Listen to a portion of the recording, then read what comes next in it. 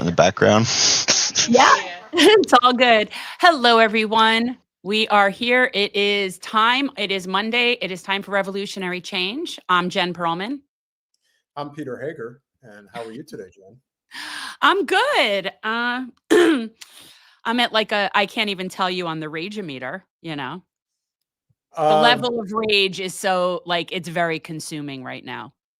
Well, before you pop your top, and we can do that within the first hour if you'd like, because I know it's on. Yeah. I've got some good news for everybody who's here. Right now, we are exactly 40 subscribers away from 50,000. I think there's a pretty good chance we're going to hit it this evening while you guys are here. So that'll be a nice little celebratory thing to actually do live instead of having to, just do a post after the fact. But as you guys know, we've obviously been covering some controversial topics as of late. And it is always interesting to see the perspective of different types of people's opinions coming in here.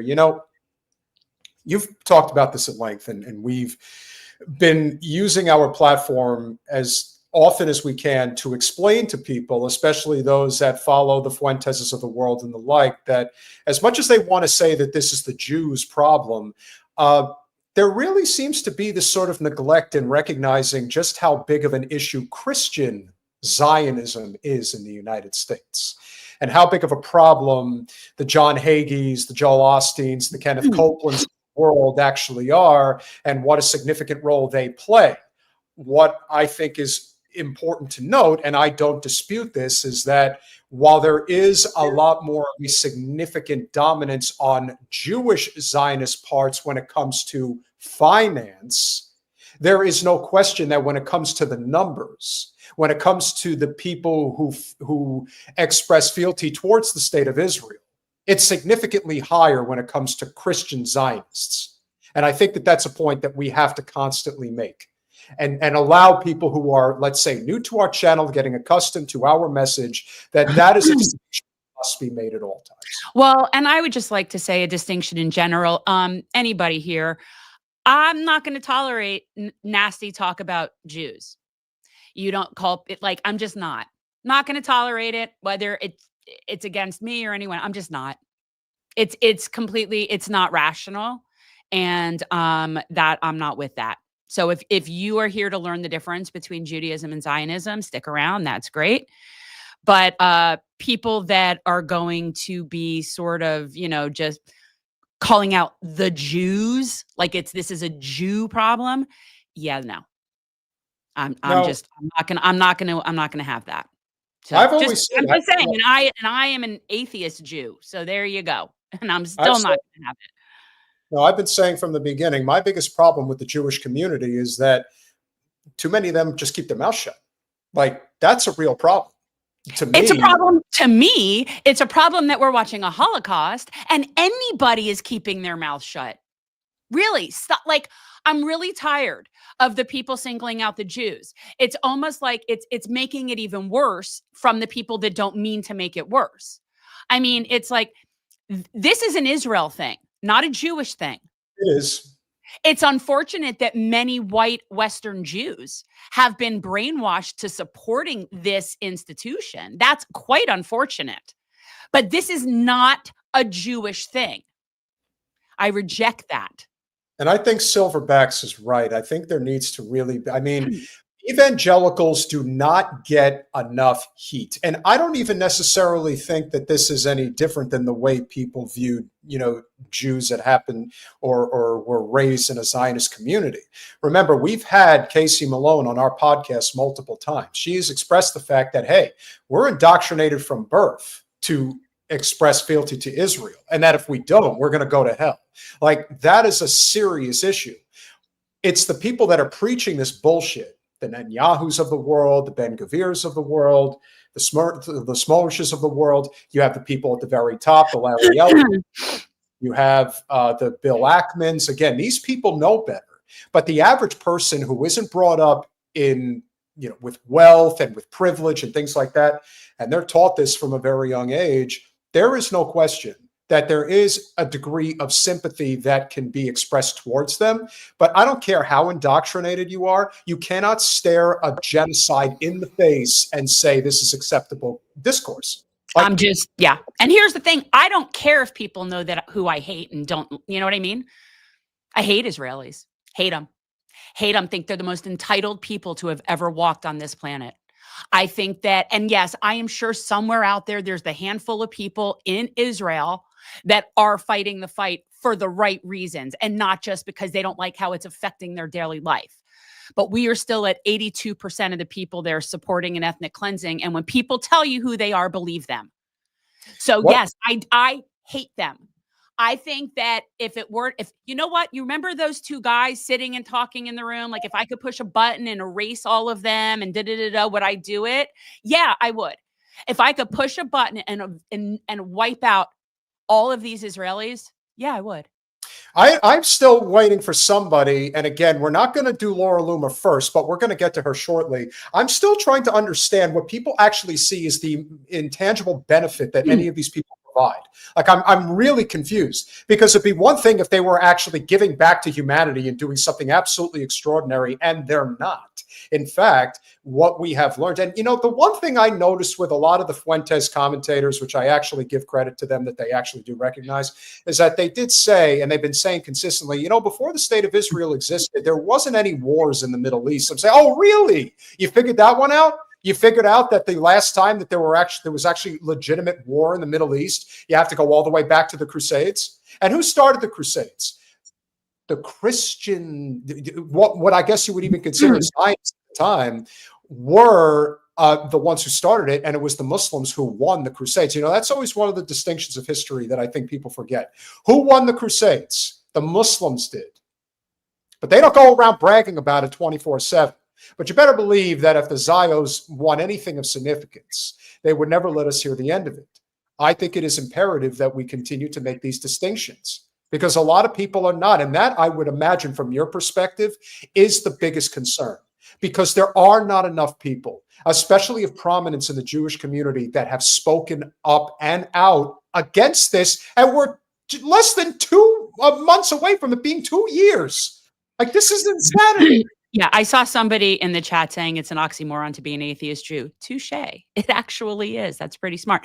I've never believed in God. I've never been a believer in any of that, but I was raised in a Jewish household. All 8 of my great-grandparents, everybody was Jewish. How do you have 8 grandparents? Not great-grandparents is what I said. Yes. All 8 of my great-grandparents were Jewish.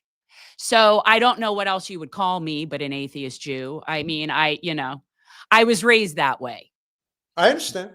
Somebody in the chat was saying it's an oxymoron. I'm like, yeah, but yet here I am. Well, speaking of speaking up and speaking out, if there is anybody that before you go off into a rage, because what do you want to rage? I don't know. I'm so fucking angry. I can't even. Like, okay. There's not enough weed for me. Like, this is one of those moments where I have a Harold and Kumar dream where I have to like wake up embraced by a giant human-sized bag of weed to maybe make myself feel better for just a few minutes. All right. So then I think the way that we should do this is go on the upswing of hate and then bring it on the downswing and up again on positive. So we'll start with the evil that is representative in Zionism, and then we'll bring it to the person who has actually been doing an amazing job of speaking up and out against it and calling people out for not speaking up and out against it, and is now using their platform to say that if you're not going to speak up and out against it, I'm going to see to it that you will suffer economically as a result. I hate to say it, but hey, it's the only language. And again, I know the bigots and the anti-Semites it's not even anti-Semite, because again, people still don't understand the distinction of what a Semite actually is. But let's just say I'm Jewish just for the joke. I think he converted just for the jokes. I'm sorry, I had to put that up. But then I can never find the thing you have, Brett's comment that you always put up, and I can't find it to put it back. I wish it would come back, but anyhow. Have you heard the latest one? What's the difference between a dentist and a sadist? Newer magazines. Really? It's an anti-dentite. Because You're an anti-dentite. Yeah, you're an anti-dentite. Hey, the irony of that, it was Deborah Messing in that episode is that great. just the blacks and the Jews. Yeah, that was so it's perfect.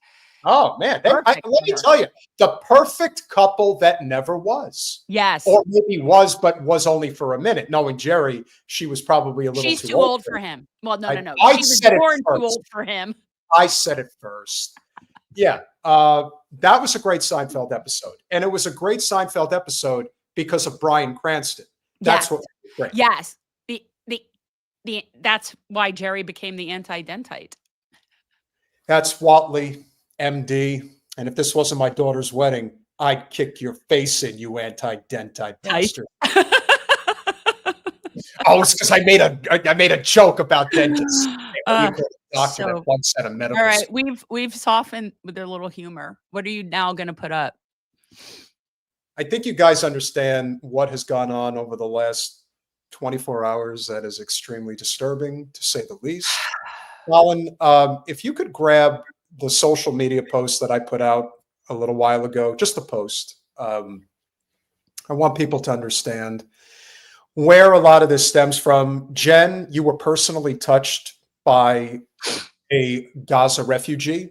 Well, no, I mean, I'm touched by anybody that is coming out of this situation and has any positive or remote feelings of graciousness that can come out of this without like that. But we have platformed the founder and head of an organization called Heal Palestine, which is an amazing organization that was put together in the past couple of years by Steve Sosebee, who also was the founder of the Palestinian Children's Relief Fund, which he, years and years ago, but they weren't able to work, I guess, acutely enough in this one particular area. And so he founded Heal Palestine.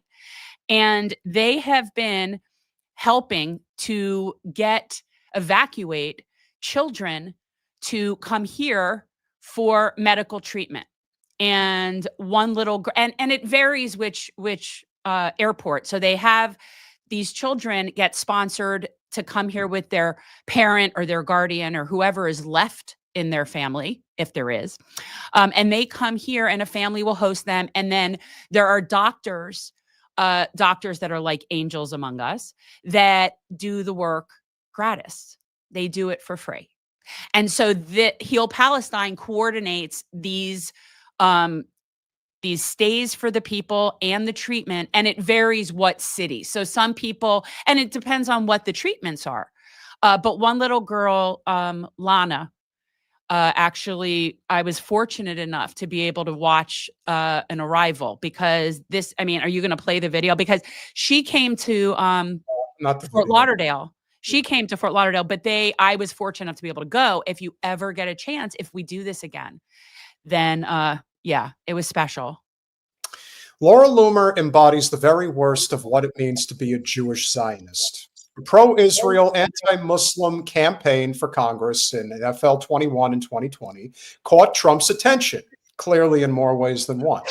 For someone without an official position in the current administration, which is absolutely shocking, but no question she's being compensated, she has quite a bit of pull with him on foreign policy, especially for Israel. She is being heralded as the one who got Trump to block child refugees from Gaza like Lana, who we helped bring to South Florida in April. For someone as so completely unqualified for such decision-making, one must ask the following. Is she involved with the president, or is she working on behalf of Israel? Maybe both. How could someone be so cold-blooded to want to do harm to innocent children like this? If you could scroll down, Colin, to the images that I put up.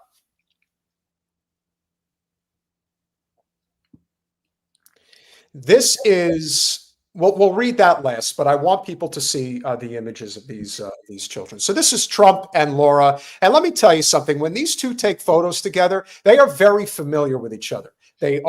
She has her hands around him.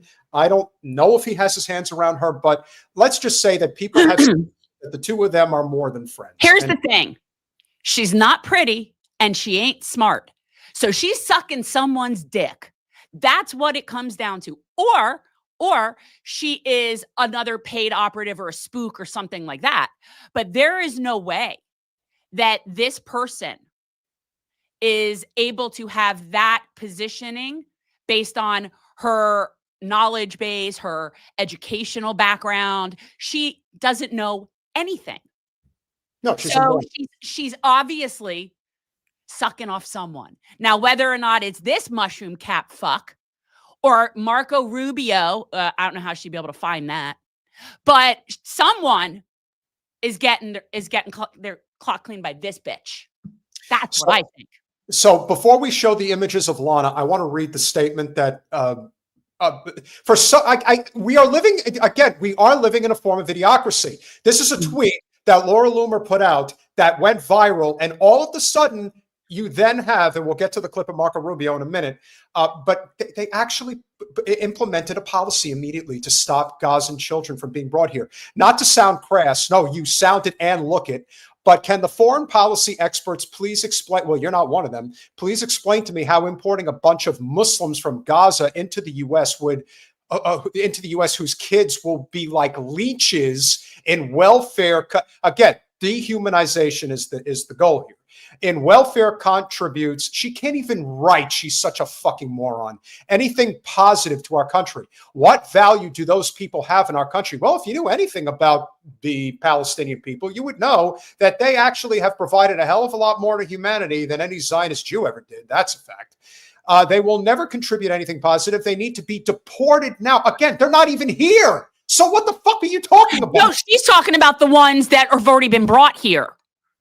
You're not that sick if you can sit on a plane for 22 hours.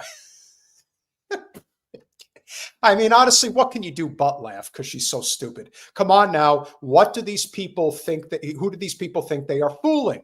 Colin, can you please show the images of this sweet little girl who was brought here? That's Lana. That's Lana. So this was back in April. This was recent. And is that her brother? No. It was only her and her mother. They wouldn't let her father and her brother come with them because they don't let men out very often. And they let her mother come. But when they were going through the baggage claim area, all these little kids that had brought her stuffed animals, like from the Fort Lauderdale area, were coming up and giving her hugs. So this is somebody's kid, like could be one of the people we know from our Muslim peeps. The other photo, please, Colin. This girl doesn't have a leg. But she's a real threat. Let me tell you, she's a scary person. But you don't see how somebody can fly 22 hours for treatment for something like what kind of moron says something? Oh, please. All right. You let me know when you want me to tell you because I am so angry that I am just jumping out of my skin. Got one more thing to do. The fact that she did this, got them to respond.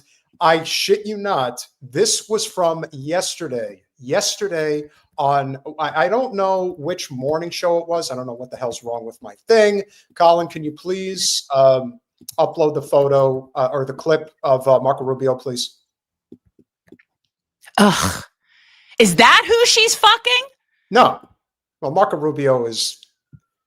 Let me tell you, nobody's tapping her for her, expertise. No one's tapping her for her great insight. Okay? She's a journalism major from fucking Barry University in Miami Shores. I assure you, she's not breaking any of Newton's laws. Colin, you got that clip from Rubio that I sent you? You want to play? We can play my clip. We'll play your clip in a minute. Okay. I want to. Because. Colin, come on. You're looking right at it. It's right there. Come on. Don't make me pull up Save Colin. This one I'm doing because it's right in his face and you just didn't see it. All right. We'll read this letter while Colin gets the clip ready. From Steve Sosby of Heal Palestine. Palestine statement, August 17th, yesterday. Heal Palestine is distressed by the Department of State's decision to stop all visitor visas from Gaza. Heal Palestine is an American humanitarian nonprofit organization delivering urgent aid and medical care to children in Palestine, including sponsoring and bringing severely injured children to the U.S. on temporary visas for essential medical treatment not available at home. Remember, they bombed all the hospitals to smithereens. Let's not forget about that. Yes. Yeah. After their treatment is complete, the children and any accompanying family members return to the Middle East. This is a medical treatment program, not a refugee resettlement program. Our mission gives children a renewed chance at life, whether through life-saving surgery or the ability to walk again. U.S. tax dollars do not fund this treatment. Just soak that in for a minute. This isn't even a U.S. tax fund. Right. Right. Guided by human and American values, HEAL is committed to offering hope and healing to the few young lives that we can reach. Is that it? Or is there, I think there's a little more to the letter. Does it scroll? That might just be a screenshot. Colin, does it scroll or is that it? There, that's it. Oh, that's it. Pretty clear. I mean, so if you again, we had Steve Sosebee on. He's an angel among people. Like I suggest people go back and check out the interview we did with Stephen Sosebee of Heal Palestine. And if anybody is ever looking for any sort of confirmation that there are still decent and loving and kind people among us and that humanity is not completely dead, check that out. Like if you're having a really bad day and you think that humanity is dead, watch somebody like explain what they do, like Steve Sosebee. And this is the kind of shit he has to deal with. After Laura fucking Loomer decided to put out that message, this is what Marco Rubio, the Secretary of State that the Senator of Vermont voted for because he was the best person we have for the position. Here's what little Marco had to say. Why did the State Department just announce that they're halting visitor visas for all Gazans coming here for medical aid? Why would some of these kids, for example, who are coming to hospitals for treatment be a threat? Well, first of all, it's not just kids. It's a bunch of adults that are accompanying them. Second, we had outreach from multiple congressional offices asking questions about it. And so we're going to reevaluate how those visas are being granted, not just to the children, but how those visas are being granted to the people who are accompanying them. And by the way, to some of the organizations that are facilitating it. There is evidence been presented to us by numerous congressional offices that some of the organizations bragging about and involved in acquiring these visas have strong links to terrorist groups like Hamas. And so we are not going to be in partnership with groups that are friendly with Hamas. So we're going to pause those visas. There was just a small number of them. Was he just sorry, stop that. Come with adults accompanying them. Was he just implying that Heal Palestine is affiliated with Hamas? Yeah, absolutely. Okay. I was just making sure I heard that right. 99 senators voted to confirm this guy.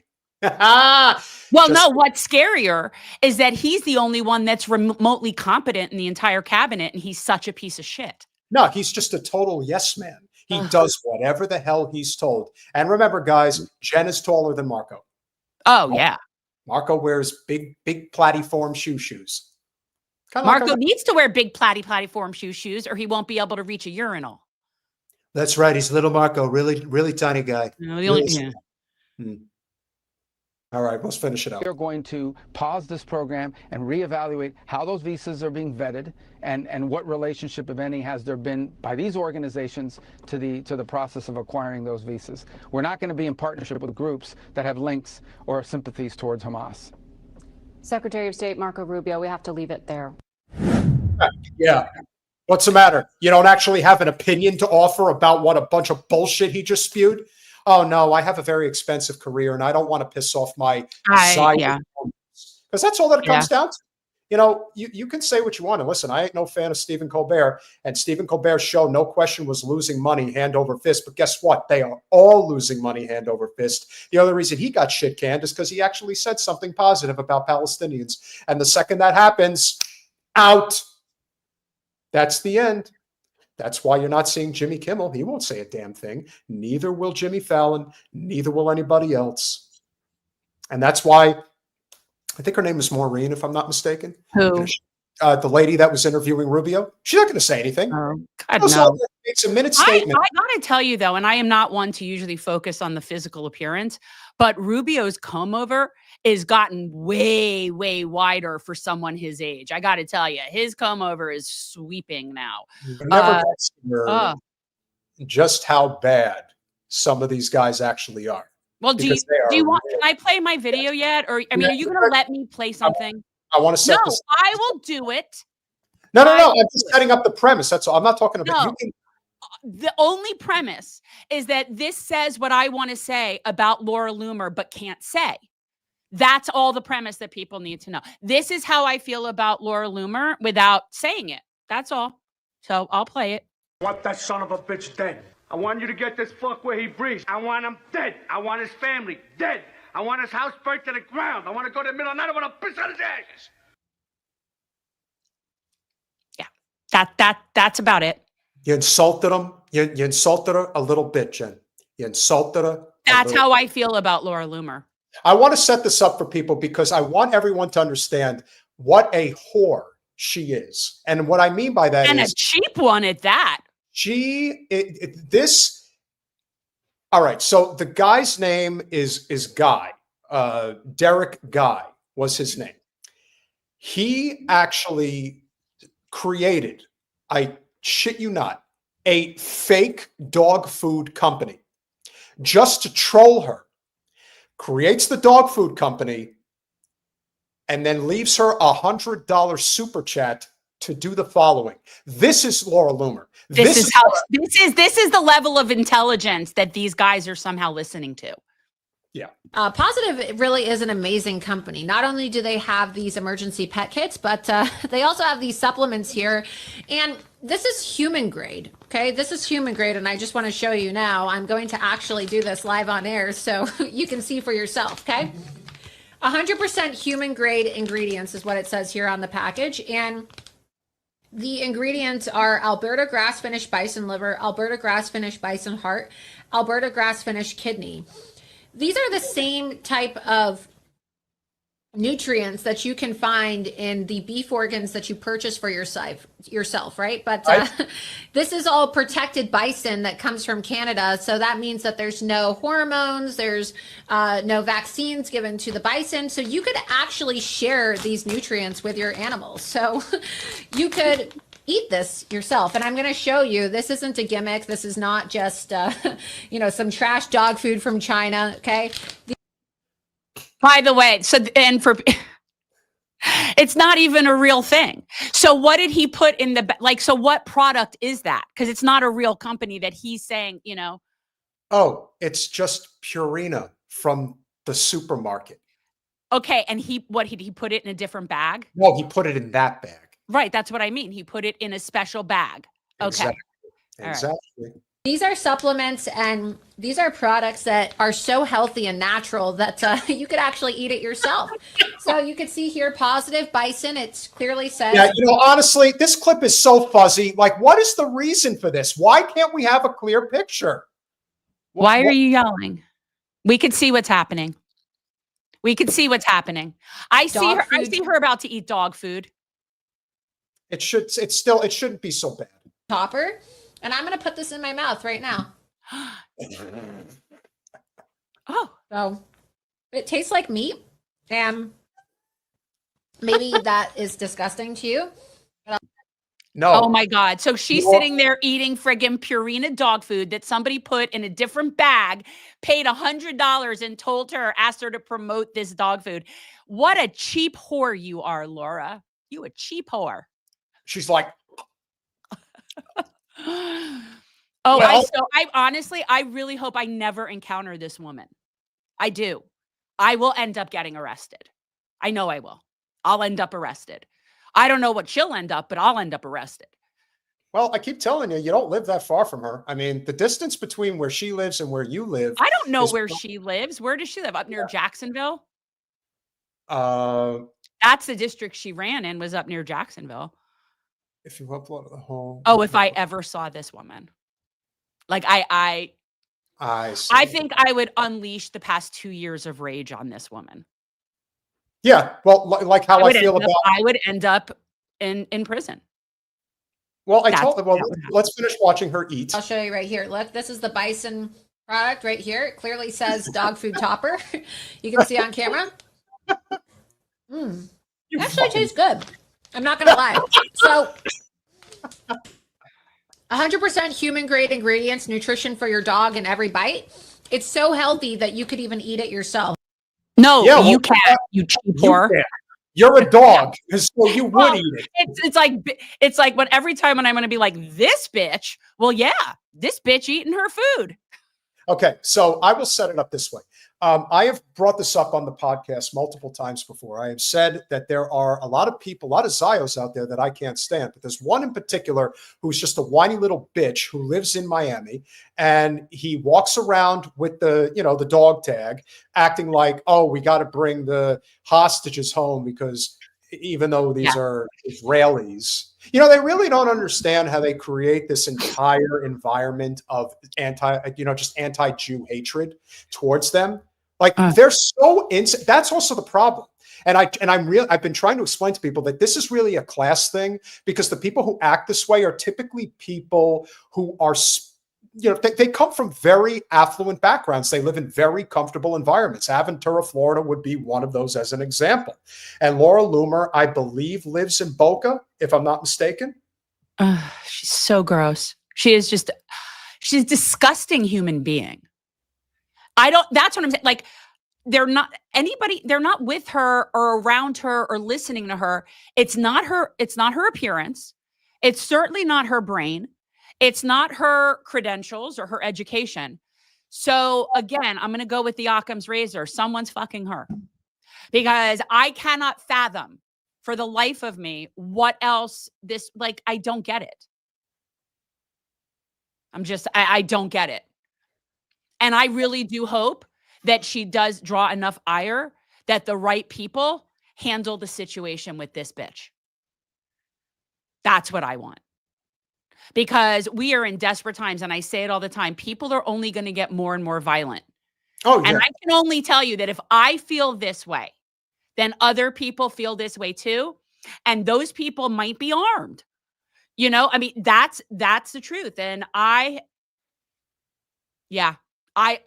so want, I'm going to actually cast spells tonight. I so want this woman to get what she has coming to her sooner rather than later, preferably on cell phone footage. Like, I preferably want to see it, but yeah.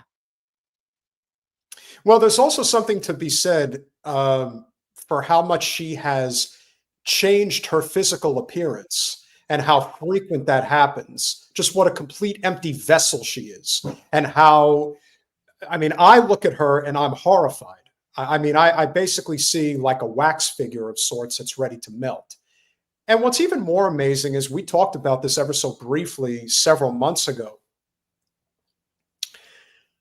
This was the person that actually went on social media bragging about how she was so much better looking than AOC. Listen, I got a lot of problems with Alex, as do most people who are. That is patently and objectively wrong.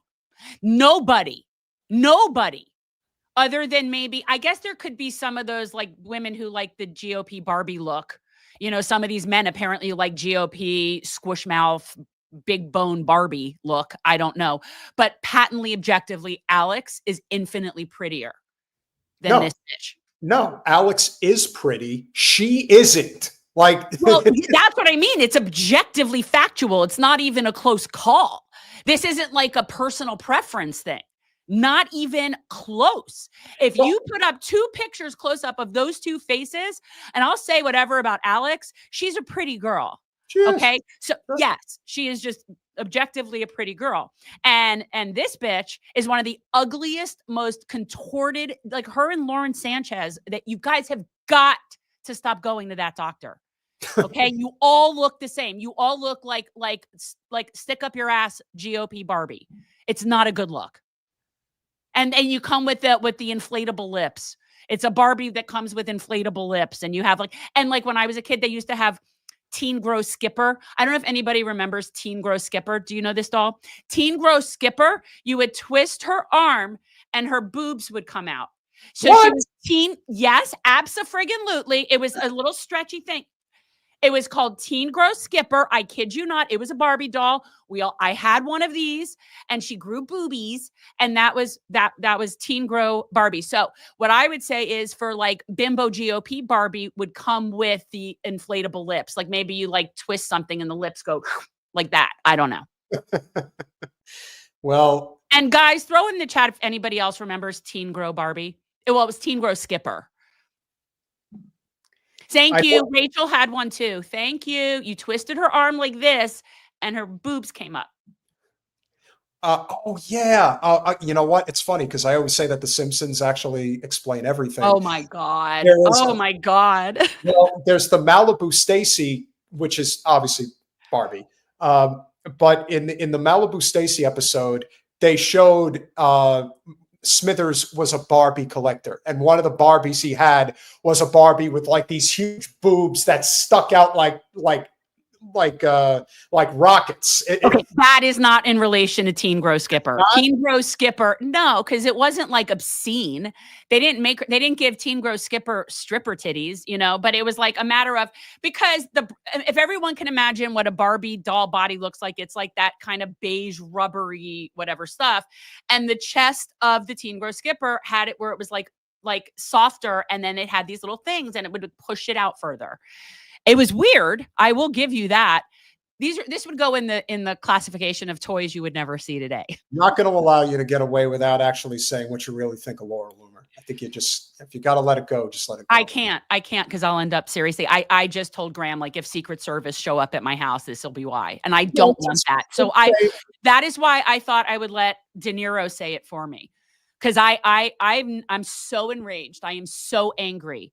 And I just do not understand. I want, like, this should be America's most wanted person right now. This bitch should not have a moment of peace. And until, like, I want her life to be ruined. I want her to suffer from a painful, degenerative, horrifying disease that she suffers every day until she finally dies.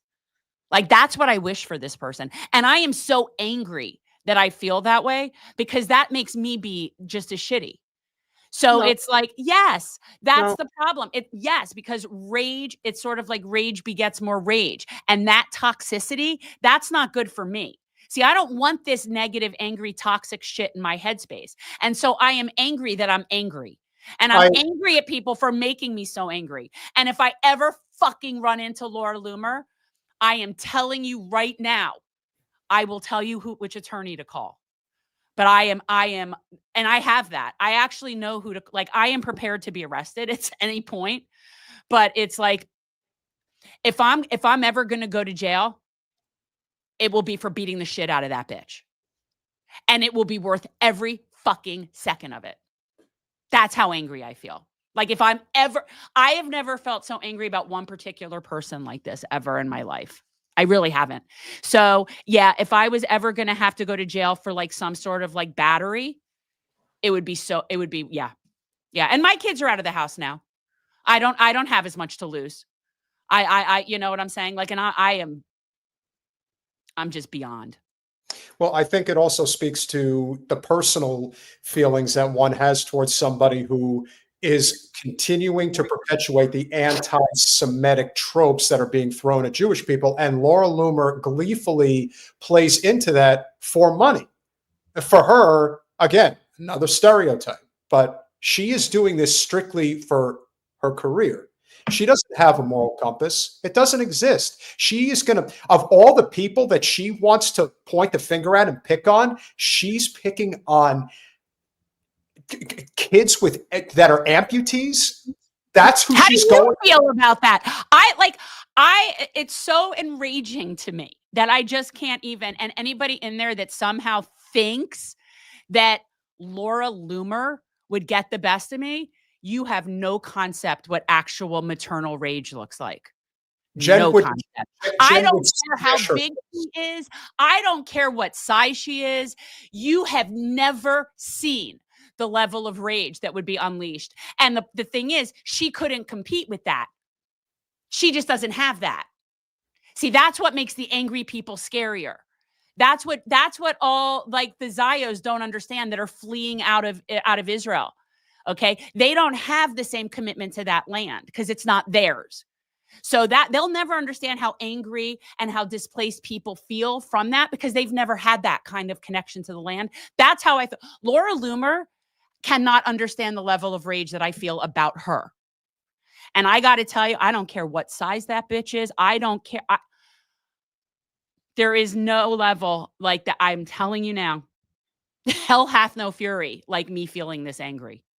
Well, like I said, you know, when a person is that shitty, it's one thing to ignore them. And it's the same reason I told you that the anger towards Jewish people in particular is exploding here. Not because I think people in general would actually care one way or the other. It's the fact that this person is, for some reason, in the ear of the president or in the crotch of the president, but for whatever her position, no pun intended, is, she is actually influencing real policy. She is convincing this administration to make Palestinian children suffer even more than they already have. Like, how psychotic do you have to be? This is why I really want her to get what's coming to her. I want her to piss off someone that is just on their last bit of sanity and is armed. I just want to know where she lives. I think she lives up in the Jacksonville area. I mean, that's what are you talking about? I told you where she lives in Boca. She lives, well, if she doesn't live in Boca, she lives in Palm Beach County. I know that for a fact. Well, the problem is with that level of silicone, she'll blend in there perfectly. I don't know that you'll be able to notice her. She won't stand out. Well, you know, no argument from me. I mean, she is exactly where you would expect her to be, especially if she wants to live that life, which again is her primary objective, which is unfortunate, but that's what we're dealing with. On a bright note, I am a very firm believer in karma, and I do believe that people do get what they have coming to them. I do. And I do believe that that will happen for this bitch. Well, you're not going to have no sympathy tears from me. Laura Loomer is a scumbag of the highest order. She is eventually going to get what's coming to her, hopefully sooner rather than later. We shall see if that is the case. If anybody can speak to why we must speak up and speak out, it is the person that you hold in the highest of esteem when it comes to speaking up and out with the right size platform in favor, not against, but in favor of the Palestinian children. And that's Miss Rachel.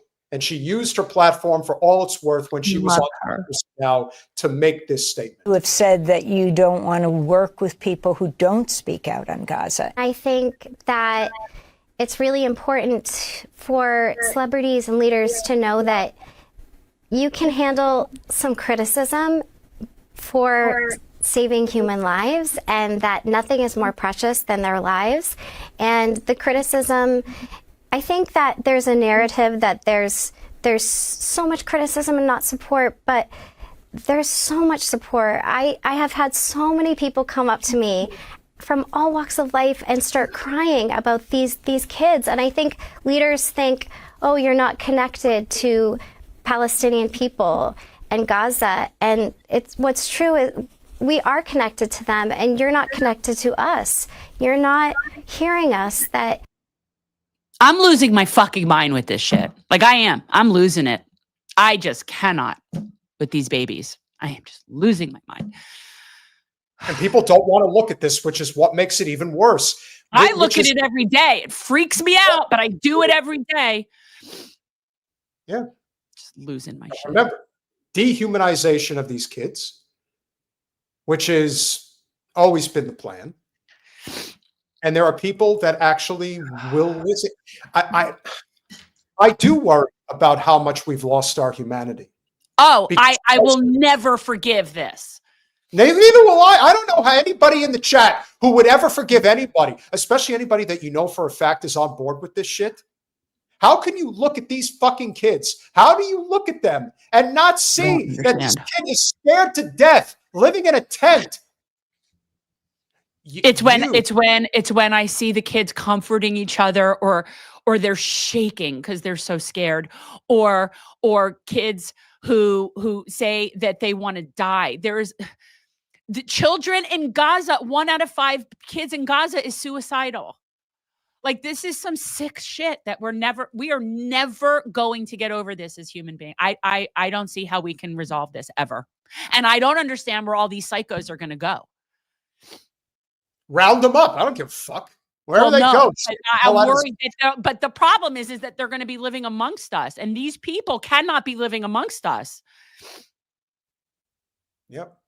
Hearing us that we want to feed children, and we want children to have education, and we know it's just the right thing to do to help children, but it also serves everyone, and it serves our children. We know that because of research, that when you take care of children and they have education, they're going to become happier, healthier adults in societies. And so I just think it's so important that we take care of the world's children. And I think it's such a huge failing of us adults that we're not. Oh, we clearly, and I've said this before, and I don't remember which episode, we have failed as a species. We have failed as a species. Because there is no way that you can look at what's happening and not see that as a complete failure in humanity. So I just, honestly, we get a big old F. That's it. We get a fucking F. And this is not something that we're going to be able to get like makeup credit for. So that's what I'm saying. I don't know how you come back from this level of failure. I don't know. It's like, it'll be like post World War II Holocaust. That's what we'll be dealing with. And I don't know. And the level of generational trauma that has been set in motion from this will just perpetrate another thing and another thing, because that's what happens. Trauma begets trauma begets trauma. We're never getting over this. And the problem is that we don't see any end in sight, which I think at the end of the day is probably the hardest lesson for all of us to accept here, is that right now, I don't know how this is ending or when it's going to end, but it's going to end eventually.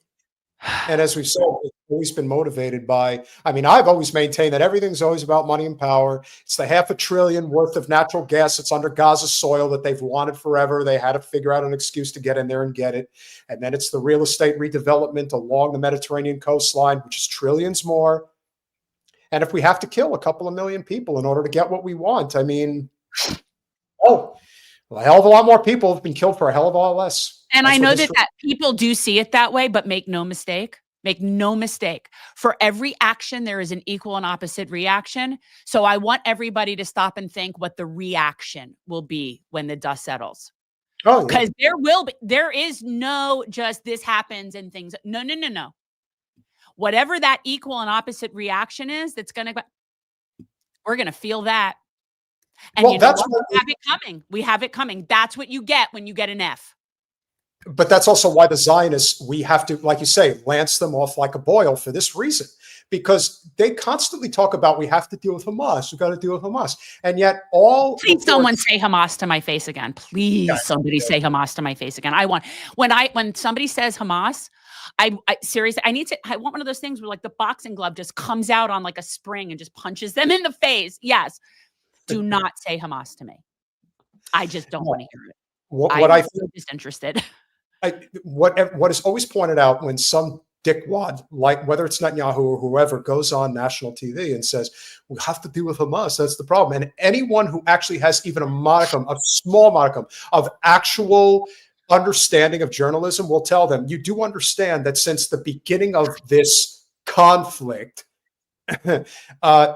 Hamas has increased its numbers. They haven't lost numbers. They're not even neutral. They've increased them. Why is that? Because you're committing a genocide and you're creating a whole bunch of vengeful people how could you And they're not even vengeful. That is right there. What blows my mind. And that's what's so fascinating to me. All the Zios say shit like, oh, if you were there, they'd be raping you, or you go there and say, what? Not at all would that be the case. They're not vengeful. They just don't want to have people standing on their neck anymore. It's like, you can't even remotely call somebody vengeful until they're not having a boot on their neck. Then maybe you can find out if they're vengeful. But all they want is to not be oppressed. They're not vengeful. And I believe that people should be thankful for that. Just like I think we should be thankful for the good grace of Iran. Because the truth is we don't deserve anybody's grace. No. So, and the Palestinians I don't believe and I've met many Palestinians. They're not vengeful. They don't in any way, shape, or form hate Jews. They actually are smart enough to understand the distinction between Israelis and Jews and Zionists, and they understand that. So no, the Palestinians don't hate us. The Palestinians don't want us dead. They just would like us to get off their fucking neck. How about we bring in a third party to have even more fun with this conversation? Oh I mean, God. is one Peter enough for you? Would you like to have two Peters? Oh, I this feel evening? like I'm already over Petered. Well, for those of you who have followed Peter Saddington and Matt Kim, they have grown a very sizable platform over the past year plus. Obviously, they are very knowledgeable in all things, we'll say finance, obviously Bitcoin, and a number of things to talk about, but also people that have worked very successfully in, levers of society, we'll say, that have been around those who do support the Zionist state of Israel. So it's always interesting to get a different perspective. And that is why we like to cross-pollinate. And hopefully, as John said, maybe we'll learn a thing or two from each other. Peter Saddington, welcome to Revolutionary Change. Thank you, guys. Hi. Loved listening backstage, and I'm excited to be here. Okay, because you definitely caught the tail end of that rage. Well, you have strong opinions, and you don't mind sharing them. And No, I don't mind sharing them. And it's fair. just, yeah, I'm just trying to not do it in person to people. So this is what helps kind of keep that under control. This is your pressure release valve. Huh? Well, I wish it were enough. I do. I can't even. There's days where I'm like at a 12 on the rage-o-meter and it only goes to 10. You know what I mean? Like I'm just there. I think there's space in the world for that. And so do you. Welcome. It's Thank nice you. to meet you. Thank you. So share with our audience, obviously, your background. Of course, you're really into cars, which I picked up on. And of course, we see what's over your left shoulder. Obviously, we've had some fellow Bitcoiners on our channel, and they swear by it, including our friend Craig Shapiro, also our friend Graham Elwood, who you probably are familiar with, that is also on YouTube. What is your background? What brought you to sort of a little bit of national recognition in the YouTube space? Well, I'll make it short. Corporate America after college, late 90s, didn't want to do that. Started my own company, got really fortunate after a 10-year grind to get acquired. And then I was essentially your usual trope from successful entrepreneur into venture capital. And so I've raised over $40 million over the last decade and a half through 3 vintages of funds. And the last one is a $16 million. And we deployed in 2023 and 2024 into Web3, Bitcoin, and AI. And so my claim to fame is, as you said, right over my shoulder. In 2017, I was the guy to buy the world's first Lamborghini Huracan with Bitcoin. So I became the Bitcoin meme, the when Lambo, was on Maxim, Forbes, TechCrunch. I was in the Netflix movie. And so got my 300 million views of fame. And then slowly disappeared into nothingness as a regular average capital deployer. So that's like what happens after you're not a candidate anymore and your campaign is over. You go back to just being a usual nobody civilian life. It's the same thing. Well, you're not wrong. You're not wrong. I mean, the real story is that I was kind of going through Reddit and on this Reddit page they were talking about, you can't ever sell your Bitcoin for like Lambos. That's so lame. That's so stupid. And me and my autism, I was like, man, that's like a great idea. And because I'm already into cars, I've already owned Porsches, R8s, exotic cars. So it's not out of character for me. It's not like I'm some, when moon Lambo boy. But I've been into cars. You can see the genetic disease that I've inherited behind me clearly. And so I just said, this is awesome. This is within brand, and we're raising money for a startup. And what better way to do a marketing ploy than buy a Bitcoin Lamborghini? And we did it, and we raised $4.8 million for that startup. So it worked. Were you one of the lucky ones that just happened to buy Bitcoin trading at $100 a share about 15, 16 years ago? Was it just great timing? Because right now you hear a lot of people saying, oh, you got to get Bitcoin. It's going to go to $1 million. I mean, maybe it is, maybe it isn't. But, for those people, like I said, a handful of people that we know that happen to get lucky at the right time, obviously it changed their lives. And of course, we saw what they did to Miami as a result. But hey, how did it work out for you? Well, I was absolutely just that. I read an Ars Technica article in 2011, and this you can still find it today if you Google it. In this Ars Technica article, they talk about how this digital asset and this code base had lost over 80% of value. And for me as an engineer developer, that didn't make any sense. It didn't register. It's like a code base like Java or C# or .NET doesn't lose value. It's just a coding base. And so I read the article and I lost it. I lost focus on anything else. That's all I was interested in. I was like, oh my gosh, this is programmable money that they're talking about here that's lost value. And for me as an engineer, I was like, I can program my own money. And so I began forking Bitcoin, forking Litecoin, experimenting on it, getting into it, starting to create YouTube videos in 2016, 17, 18, when it wasn't cool to do that. And we were getting censored like crazy to talk even about Bitcoin, this internet magic money. And so just continued to grow in that world. And now I'm investing in Web3 and Bitcoin startups. And it's more than been legitimized as a global phenomenon around the world. And you're exactly right. I was lucky. I bought my first Bitcoin at $2.52. Oh, God in heaven. That meant that.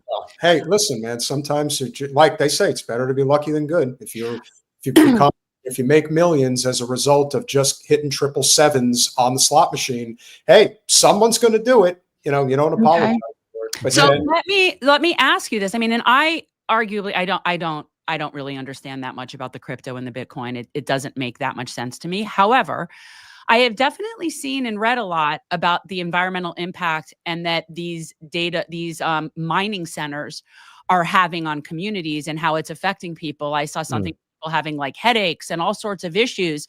So my problem with what this crypto Bitcoin stuff is that what it seems like to me is that it maybe benefits a very small amount of people at the expense of a much bigger amount of people.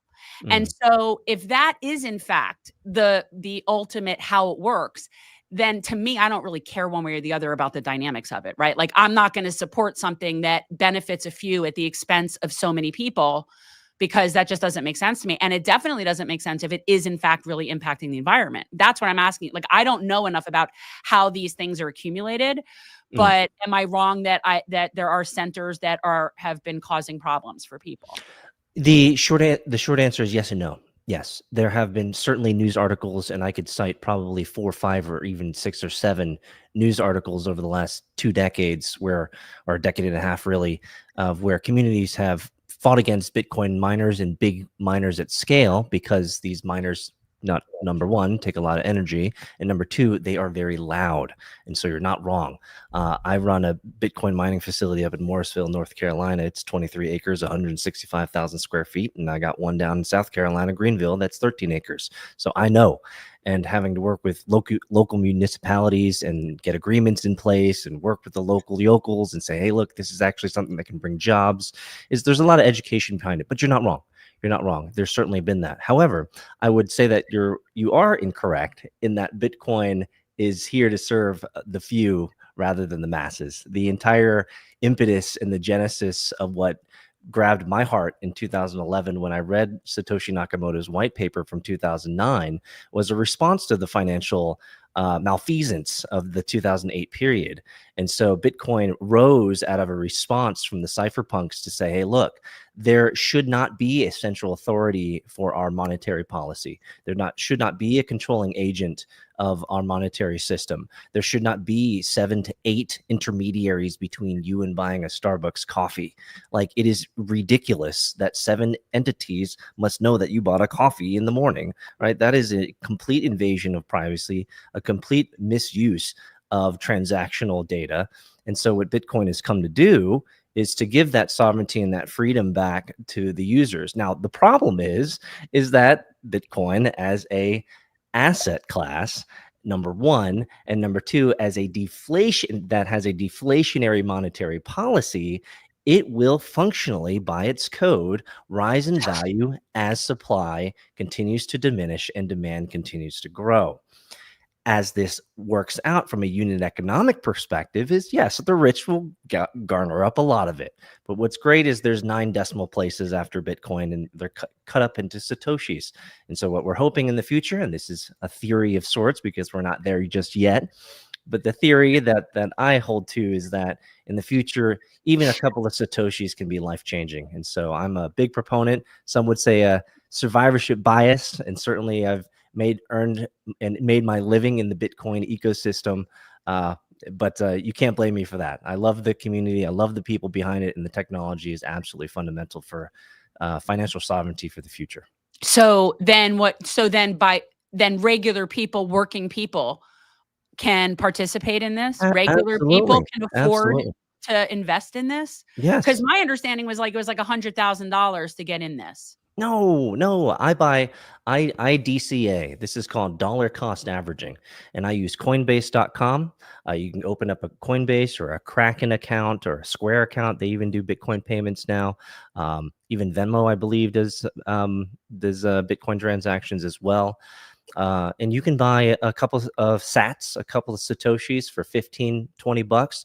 I DCA every Friday because that's where on average, Friday is the best time because that's when the market dips just a little bit.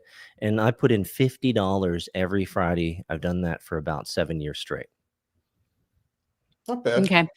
And then the other issue that we have always is that it is tied to US dollars, correct? Currently, yes, because the dollar hegemony is certainly, yes. Okay, so what happens when BRICS finally gets to where they're going to get, and then America is not the world's hegemon anymore? Then what's going to happen? Well, if you have some Bitcoin, then you'll be able to transact that to the highest bidder, whether we're rocking Chinese yuan or the English pound or something else. But you'll be able to transact in other currencies for sure. I would say that your lifestyle in America probably is the bigger impact at that particular point in time. And we would hope that Bitcoin would be up and your stack would be big enough so that you might be able to buy yourself out of the turmoil that would, I think, come with the dollar losing its hegemonic power globally, for sure. Okay. And what's the environmental impact, though? What's the environmental impact of these places? The environmental impact of Bitcoin mining is nearly a fraction compared to the actual banking system itself. The banking system itself, if you think about it in mass, what it takes to not only they have these banking centers, they have ATMs, they have oil rigs that move gold. I mean, Bitcoin mines are facilities that are essentially look like an IKEA factory, and there's not much to it. Yes, they're essentially running very loud servers, but the environmental impact is merely a fraction. Okay, but can we find out where they are? Is there a way to know where they are so as to not buy property near those? Okay, yes, good. there is. Yes, there is. Good, because that's what I need to know, because I'm relocating and I want to be nowhere near that. So as somebody who is in commercial real estate, there's a reason why the industrial space is considered not only the hottest commodity, but the safest commodity. Because where, again, if you have, Morrisville, North Carolina, again, anything that's sort of in that central northern region of the state where it's kind of safe. North Carolina is a very interesting state in that you have these population centers, and then you have these extremely rural places that are just scattered. I mean, Jen, you've been there many times, So it's you could be in a place like Charlotte, and then you could drive west and you won't hit any real substantive population until you get all the way out west, to the freaking forgetting the name of the place, but you go east to Wilmington, you go north to Durham or whatever. You get these little pockets where if you have 23 acres of land, it's not even that much. I mean, there's places where there's hundreds and hundreds of acres, so it's understandable. But I also understand people's concern. But you did bring up a good point, which is, yeah, there's definitely an environmental impact from the Bitcoin mining, but is it as impactful as the overall banking system is as it's currently constructed? You see, that's the part of the conversation that I never hear and that we never talk about. And I would imagine that is probably the bigger issue here. And that is actually the exact requirement for an anti-fragile system to exist, is that we need independent miners all over the world so that we can create and maintain a decentralization of control, right? We don't want an intermediary, a banker, to debank us. We've seen that in many countries. We've seen that in the past. In our most recent history that I can conjure up right now would be Canada and the truckers who lost their bank accounts because they had an idea and they wanted to talk about it, right? Like, this is a ridiculous proposition in today's world. And so what Bitcoin does is it brings financial freedom to the individual, financial sovereignty to the individual to say, I now own this value. There is no intermediary. You don't know it even exists. And frankly, you can't control if I transact. And I think this type of asset is not something that you should maybe model after me and go 90, 100% into, but certainly a 5 to 10% allocation as a diverse asset in your portfolio, I think would be an intelligent and wise decision to make. I think this is a fair point to hit a transition into what I think is a very important topic. Obviously, you guys have, I mean, I don't think you're ideologues. I mean, I don't really get that impression. I mean, clearly you favored Trump over Kamala, but then again, the majority of the country did. That's not hard, though. No, but Jen, you're muted for some reason. We have low bars. We have Yes. a very low bar here that we're working with. You're not wrong. You're not wrong. But as you've pointed out, obviously the Trump that was campaigning has been, especially this time around, a lot different than the Trump that has been governing. And that clearly has not been good. I don't know if you've seen the video clip of Hillary Clinton basically slobbering all over Trump, but yeah, she was like supporting him. She was being nice. I would say this to anyone who's MAGA. Well, they are all friends. I mean, Yeah. let's be real. This is a class situation. They've always all been friends. You know, many. Well, listen. Well, excuse me. What I said today was, you know, she said she supports me, and I said, well, I guess I have to like her now. She's saying some favorable stuff to me. Right. That to me, I think, is very disturbing for anyone who is still hanging on to this idea that Trump is actually fighting for an America First agenda. He clearly is. And if you're trying to side with NATO, again, we're not here celebrating Putin. But you have to call a spade a spade. And so I just want to play this clip real quick because I don't know how many people have seen it. But I haven't seen it. But if you're going to show me Hillary Clinton, I'm sorry, I need to smoke a bowl. Okay. I normally don't do that when people are on. I usually wait for her. She says, but I honestly do not know that I could sit through Hillary Clinton. all right, we'll smoke one.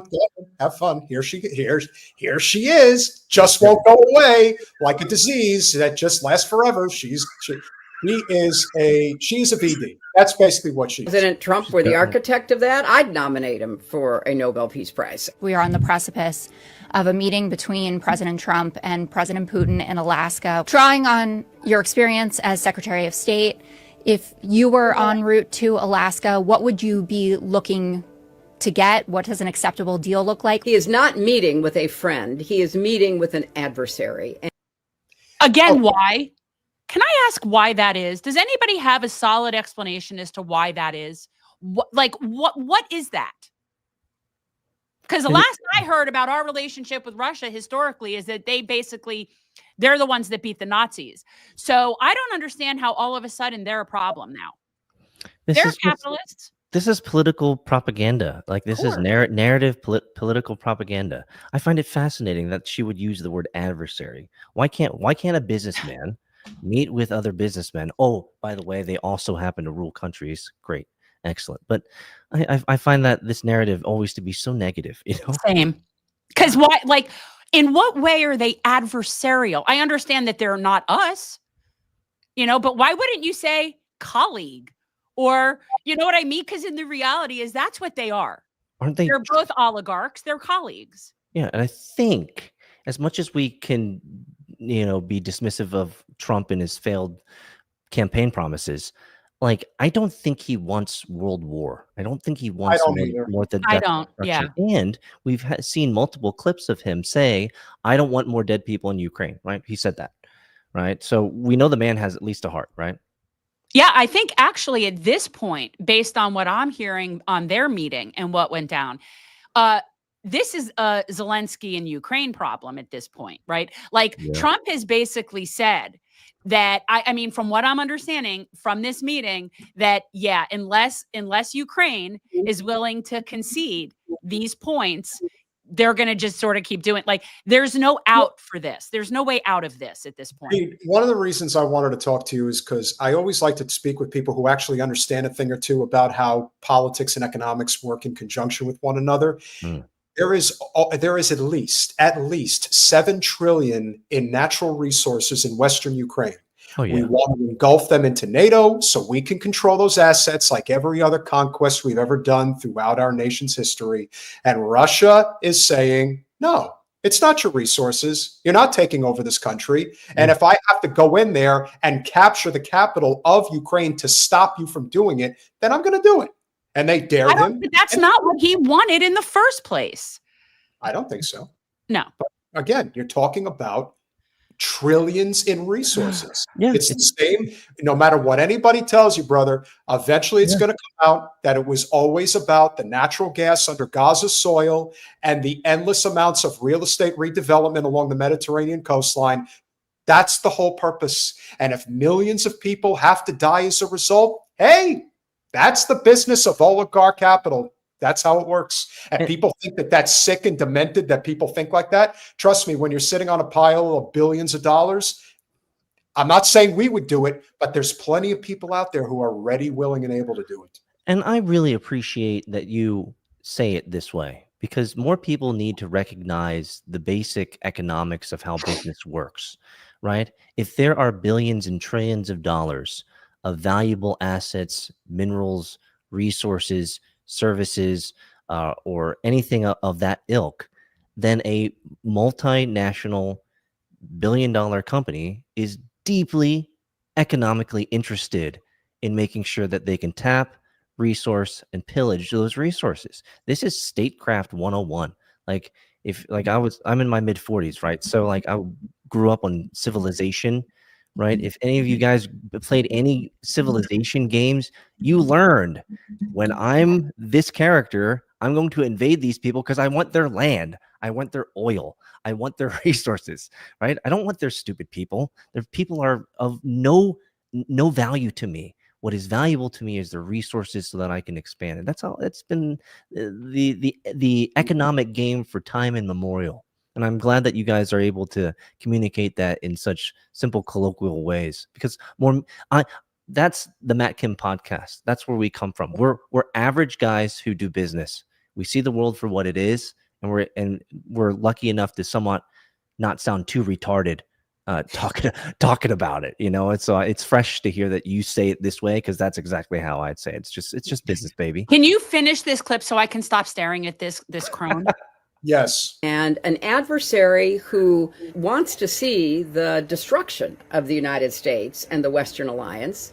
But if he could bring about the end to this terrible war, where Putin is the aggressor, invading a neighbor country, trying to change the borders, if he could end it without putting Ukraine in a position where it had to concede its territory to the aggressor, had to, in a way, validate Putin's vision of greater Russia, but instead could really stand up to Putin to make it clear there must be a ceasefire, there will be no exchange of territory, and that over a period of time, Putin should be actually withdrawing from the territory he seized in order to demonstrate good faith efforts, let us say, not to threaten European security. If President Trump were the architect of that, I'd nominate him for a Nobel Peace Prize. Donnie, whatever she says, don't do it. Do the exact opposite. Like, Do if the she exact says opposite. it, do the exact opposite. She's really good at getting people killed. Some of that she does. Well, some of it she actually just directly does, and some of it's just done by her horrible concepts. You know, like, it's a toss-up. Pete, that is just coincidence. Just like the guy who was going to testify against the Clinton Foundation died in that weightlifting accident. I know you remember that one. Well, we used to say, I used to say people got Arkancided. Now I just say they got Epstein. Yeah, and the Oklahoma City bombing, the timing of that and her involvement, very intriguing. None of that would surprise me. And at the time, I wouldn't have necessarily thought that. but like you see the pattern, like now I see the pattern. The statistical odds are against her in that entire family and that entire lineage. I mean, if we're intellectually honest, and I'm just raise my hand right now, I know 0 people, and I have a large network who have deleted themselves off the timeline. She has like over 100 people that she knows personally that have deleted themselves from the timeline. This is a statistical anomaly. I mean, what about you guys? Are you guys in the hundreds? Well, of course not. I mean, no, there's a lot. No, of course not. But she's, yeah. I just feel like she's one of those people that just whatever she touches turns to shit. So do you believe this type of endorsement from Hillary? I'm really curious about your guys' ideas. Do you think this type of endorsement from Hillary means that Trump has given up? Like the veil is done. Like the veil has dropped. F the campaign promises. It's just business as usual, baby. And this is her way of saying, you know what, Trump, welcome back to the fold. You gave us some waves here, but we knew that your tiny hat handlers would get you sorted and make sure that you get on the right train here. I mean, what do you guys think? Is this capitulation at its finest? I just think they've always all been the same. I don't think there's ever been a difference. They're all the same. There's never been a difference between Trump or Clinton or Obama or Biden. They're all the same. They're all friends. They run in the same circles. They give a shit about the same stuff because their money is in the same places. So they're all the same. Well, don't worry. We're going to talk about Bill in a second, but it's always better with the ladies than Trump ever was. I mean, that's a fact. You just got to keep it real. Pete, it is auspicious that you are here. I know you guys are a little ahead of us right now, but we're catching up. For those of you who are in the chat right now, I just want to say thank you to each and every one of you that have allowed us to get to this incredible milestone. We have officially passed 50,000 subscribers on the channel. Obviously, it's very hard to get off the ground, as we know. And we are obviously hoping that Jen lives long enough, Pete, that we can get to 100,000. It's not happening, but I will say it would be nice if they'd send me half a plaque. Like, do you think if I tell them I'm never making it to the 100K, could you just send me half the plaque for the 50K? Because yeah. You guys will get there. You guys will get there. I've been. Yeah. Oh no. I'm about to say he will get there. I won't live long enough to see it, but stop. You'll be fine. I think that this is an appropriate transition because I did want to talk about this. We wanted to talk about this. The way I discovered you guys was actually the clip that you put out about working in the banking industry and about how there are certain advantages that perhaps certain people may have over the field. But the one thing I've noticed, especially since we've done a couple of clips on Fuentes, is that his audience. And he's an exceptional orator. I would not take that away from him. But there is a very real problem that is brewing in this country, of which the distinction between Judaism and Zionism is not being made. And the equating of all Jews are evil is a very real thing. And I blame the likes of the Laura Loomers of the world that are making that a reality. But even still, it's all Zios. It's all Zios are making that a reality by constantly conflating Judaism with Zionism, which they need to do in order to preserve their state. That's the whole premise. They are lecherous, and so by their very function, they have to hook into a host, and so Judaism is the perfect host for this satanic cult to be able to leech onto, and with its genesis with the Rothschilds. Absolutely. So you got it. And you make the distinction. You do make the distinction between those that are Jewish versus those that are Zionist Jewish, if you will. Absolutely. Right. So those that are Jewish, traditionally Jewish, are a peaceful culture. They are a God-fearing culture.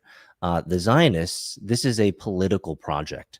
That is very well documented through history with very intriguing players at the highest levels of power. And it's a political project to essentially take over the entire world. And some would say, oh, it's a conspiracy. No. This is the actions, behaviors, and patterns throughout history are quite apparent. This is if you were to be kicked out of 109 countries, you'd start questioning whether you're the problem, right? There are patterns that are very clear and documented that this type of culture, this type of species of human invades, leeches, sucks the host dry, and then leaves. Now, the pivotal moments in history have been when the general populace has woken up and has seen their ilk for what they truly are and have fought back. This is where Austrian painters and, let's say National Socialism begins to rise. And this is when the control of the media that this type of ilk have will begin to hammer down. And so this is obviously for you guys on YouTube and you growing and willing to talk about this type of stuff. This will be your greatest foe in your race to grow, for sure. Oh, yeah. Yeah, We started out doing a telethon for Julian Assange when we started our channel. So we were already asking started out for it shadow right banning. out of the box. We were like, "Oh, you want to be suppressed? Oh, we'll take care of that." You'll just take that ticket. Oh, absolutely. I mean, but Jen, well, she co-hosted this with Katie Halper, and she was like, "No, we're going for it." And even more amazingly, exactly a year prior to October 7th, Jen and Katie did another co-host. No, Oh, that no. wasn't. I did that. You did that. She was a guest. I did a whole series called Deconstructing Zionism that we started on the show in October of 22. Mm. So this has been a long discussed issue on this show. I'm really thankful that we're talking about it and we're willing to talk about it. Like I do not have the fear that I think others could have around this. This is a global problem. This is a national problem. I mean, the amount of control that this type of species of human have, from our financial to our media, to our policing, to our healthcare, to our food, environmental, to the war machines. The overrepresentation data points speak enough. If like in any other situation, if you were to switch out that type of culture, that type of people with, let's say, Russia or Chinese, and say the vast majority of Hollywood's run by Chinese, the vast majority of our environmental systems are run by Russians, the vast majority of our media news landscape is filled with Chinese propaganda, we would have ousted them within 48 hours, right? We would have said, no way, Jose. Can't have those Cubans, can't have those Russians, can't have those Chinese taking over our media and our tech and our government and all this stuff. But yet we have an interesting, very interesting political party with lots and lots of money behind it, with these political action committees that are able to influence all of our politicians. It's fascinating. And I think as an average Joe who builds business, who talks about it online with another average Joe, my colleague in arms, Matt Kim, like we're willing to just say, look, as regular guys who aren't actually that smart, we see this stuff because we're kind of in business a little bit enough, and it's disconcerting. And I think what we hope to be is an example of a little bit maybe of courage that other people can talk about it as well, because this is a global phenomenon. It's a global disease, and I'm okay with saying it as such. Can you, Jen, you want to go first? No, go ahead. Yeah, what I was going to say is obviously when I think of the Jewish banking conspiracy, if you will, the only thing that I point a finger to that I can say is a direct correlation to what I believe you're addressing is what Soros did in the UK, where basically he went in and essentially bankrupted the economy in order to make billions of dollars as a result. And I think that the issue that people really took with it is that, sure, there's people out there that do that all the time, but he skated on it. He didn't get prosecuted. No one touched him. We're not going to talk about the story, but as I mentioned with Jen earlier today, you heard about the guy out in Vegas who got caught in a child sex ring and they just slapped him on the wrist. He didn't have anything done to him. We have been saying forever that we are going to do everything we can, but it is very unlikely that we can save the Palestinian children. What we can do is we must sever our unholy alliance with this genocidal state as quickly as possible. Because if we don't, we are going straight to hell with them, because that's where they're going. Yeah. Like, Netanyahu's country is not going to survive this. I know they think they will, but they're done. Country is at a fucking boiling point when it comes to Israel. How do you think this is going to end? How do you think it's going to end? Because they're a Samson option. They have policies. They do not have a moral code in which the three of us pull from, right? So how does this end? Because I see them getting to the end of the rope and saying, you know what? If I'm going down, I'm taking all you fuckers down. Yeah, we've said that they are the scariest people to potentially have nuclear buttons. Like that is the scariest thing. That is definitely something that should be considered as an option. The audacity, that is what they would do. The audacity of that fuckhead Hillary Clinton to say that, well, I think Putin's the most dangerous world leader and he's going to drop a nuke. No, the most dangerous world leader by far who will drop a nuclear weapon is Netanyahu. There is no one even within striking distance, no pun intended.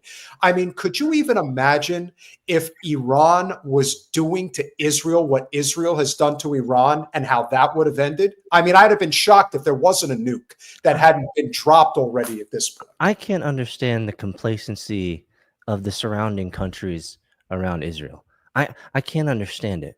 They are our bitches. What do you mean? They're going to continue to allow this state half the size of New Jersey to use weapons purchased with our taxpayer money, unfortunately. No, tax dollars don't fund spending. But anyway, continue. Okay. Well, let's just say America supports it. And yes, not me, not you guys, clearly. Correct. But America is but I think that that's also something that's important. We have to distinguish the fact that we are governed by psychopaths. We're governed by people who do not ever, and I mean ever, adhere to the will of the people. That's why, again, you're in Atlanta. You are just a stone's throw away from where Jen wants to be. Marjorie Taylor Greene, for all of her faults, she is a true maverick if there ever was one, because she's like, she woke up one day and is like, you know what? My kids are fucked. I got to do something about this. Yes. She doesn't think, I will never be able to make a living outside of, the halls of Congress. But she's one of the few that does, because everybody else, I'm sure you're aware who Jen ran for Congress against, maybe the most loathsome one of them all in the entire delegation. But not everybody may be as bad as Wasserman Schultz, but they all see politics in a way that has nothing to do with public service. And that is the scariest part of it, when people are wondering, how the hell did they get on their hands and knees for Israel so easily? And some of them for not even that much money. I mean, talk about cheap whores. I mean, that's the whole story of the shekels, right? Sell your soul for a couple of shekels, right? And so it's a tale as old as time, and our politicians are the ones that, unfortunately, are the perfect amalgam and product for the Israel blackmailing and the Israel usury, because they put themselves in compromising positions, or they're a cheap purchase. Which is two entry points that are terrible, right? You put yourself in compromised positions, now they own you, or you're super cheap because you have no morals and ethics or no spine. And you are correct, sir. These are the individuals that unfortunately are the ones that run this country, and we need better elected officials. And I'm glad to have conversations with people like you who reach even more people that Matt and I don't reach. And it's refreshing to hear more people talk about this stuff openly, because I think that really is, at the end of the day, you said we can't save the Palestinian children, but maybe we're part of saving them in the future because we're willing to talk about it, and we're hopefully inspiring others to talk about it as well. Okay, I'm going to give a heads up to the people in the chat. First of all, stop talking about the Jews. It's annoying. I told you in the beginning, as somebody from the tribe, it's just rude. It's rude and it's ignorant, and it really is not helping in any way. So just stop. Yeah, it's unnecessary. And this is a white supremacy colonial problem. This is a Zionist problem, not a Jewish problem, a Zionist problem. There are more Christian Zionists in this country than there are Jews in the world. Okay, so seriously, this is a Zionist problem, not a Jewish problem. So I find that very. You could actually say it's a Christian Zionist problem. It is. There's so many Christians that have been brainwashed into believing this. Oh yeah, Schofield Bible-esque type of interpretation that the Jews have to be somewhat sacrosanct from from God, and that like no, that's not how it worked actually. If you're a Christian, so it's unfortunate that the Bible Belt has such a great grasp on this project of Zionism. It really needs to have generational change. Yeah, and I also wanted to, I was going to answer your question from before about the nations, the other Western Asian nations that are all around Israel that seem so complacent. And when people say things like, well, why won't they take the Palestinians? There's a lot of variables to that. But let's keep in mind that most of those nations are made up by countries like Britain and France, and they're not real nations. And so what we did was we installed like certain leaders in places like Jordan and Saudi Arabia and in all of our little places. And let's not forget that Egypt is the second largest recipient of money from us in that. So these are our bitches. And so they're only going to push so far back. Now, the other reason that they don't want to take in the Palestinians is because even though they are our bitches, huge amounts of their population do support the Palestinian cause and are supportive and do not want their leaders to be capitulating to our bullshit, even though they do. So they're also walking their own little fine lines in their country. But at the end of the day, the people that are Palestinian refugees that are living in places since 48, like Jordan and Lebanon and Syria, those people are now part of those communities as well. So they do have plenty of support in those places, but the leadership of those places are not in a position, and obviously based on what we just did to Syria, will not be in a position to do anything. We really are the Hollywood-esque type of movie of a king who has that black sheep younger brother who's an absolute retard, and he's ruling over this one area of his kingdom, and everyone just hates him. That's us in Israel, man. Like, we're in like the worst position because we are being such a great nation. It would be great to give equally economically in many cases. I'm all about America first. To be able to trade economically with all of these countries that surround Israel. I'd love to be able to do that fairly. I'd love to do that so that we're not just constantly giving, and not receiving, or just cutting it off, whether that makes sense or not. But we still have this black sheep, retard younger brother in the middle of all of them, poking at everybody. Like, how do we stop that? How do we stop that retard black sheep brother from shooting missiles at all of our homies around him? That's the problem. Well, they are us. And this is something that Peter and I talk about a lot. I know people like to think that Israel is a separate entity and we could cut ties with them and just let them fend for themselves, but they cease to exist without us. They're an appendage of us. They exist at our pleasure. They are part of American empire. So there is no them without us. And so you would say if we were to replace that, we would say that America is okay with picking at the scabs of all of these nations around Israel. Oh yeah. For the state, for statecraft and for bombing them and breaking them down so we can take their resources. Is that what you're saying? Because I'm with that. Yeah, I mean that's definitely a huge part of it. I mean, look, we know that our playbook is regime change whenever somebody doesn't play ball with us and doesn't want to go along with whether it's the petrodollar or if it's whether or not what we believe you should be doing with your resources. And we don't think countries should share their resources and wealth with their own citizens. And if people go to do that, then we, of course, have to stage a coup and we have to go in and do all this stuff.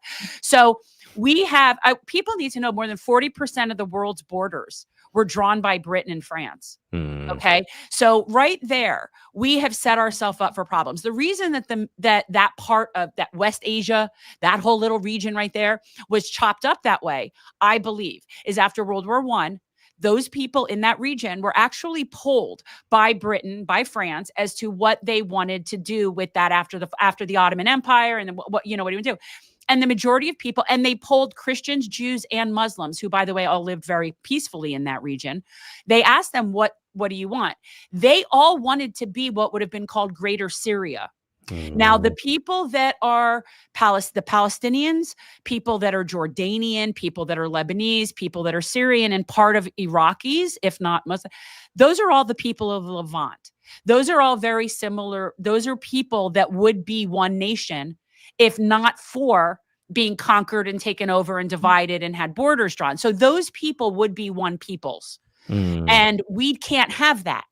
And I could picture it in my head right now. It's post-World War I, and they're sitting around and they're like, okay, well, they want to be Greater Syria. And I can see it in my head. There is no chance in hell that those people were going to allow brown people to have control over that big of a piece of property. There was no way they were going to allow those people, that ethnic group, to be in charge of that big and that important of a piece of real estate.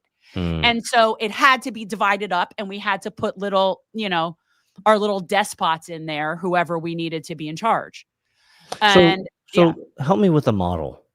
It's the tail wagging the dog?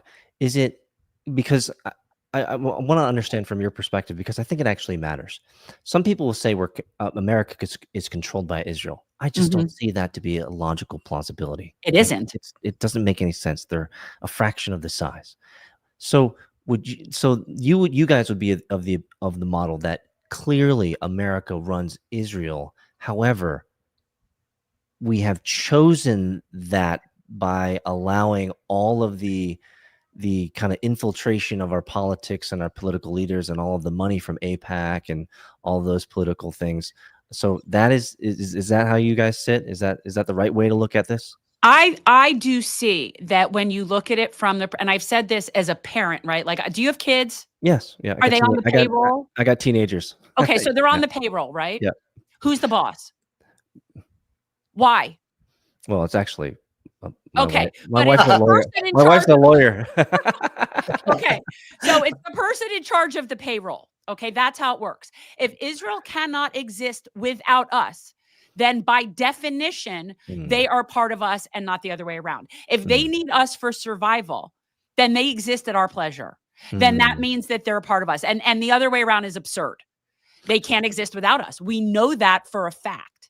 I also think that it's important to keep in mind that, especially in the world that you come from, and especially the world that Matt comes from, it isn't so much about Israel controlling us. It's that you have certain members of certain backgrounds, whether it is Jewish Zionist or Christian Zionist, that have deeply invested financial interest in this.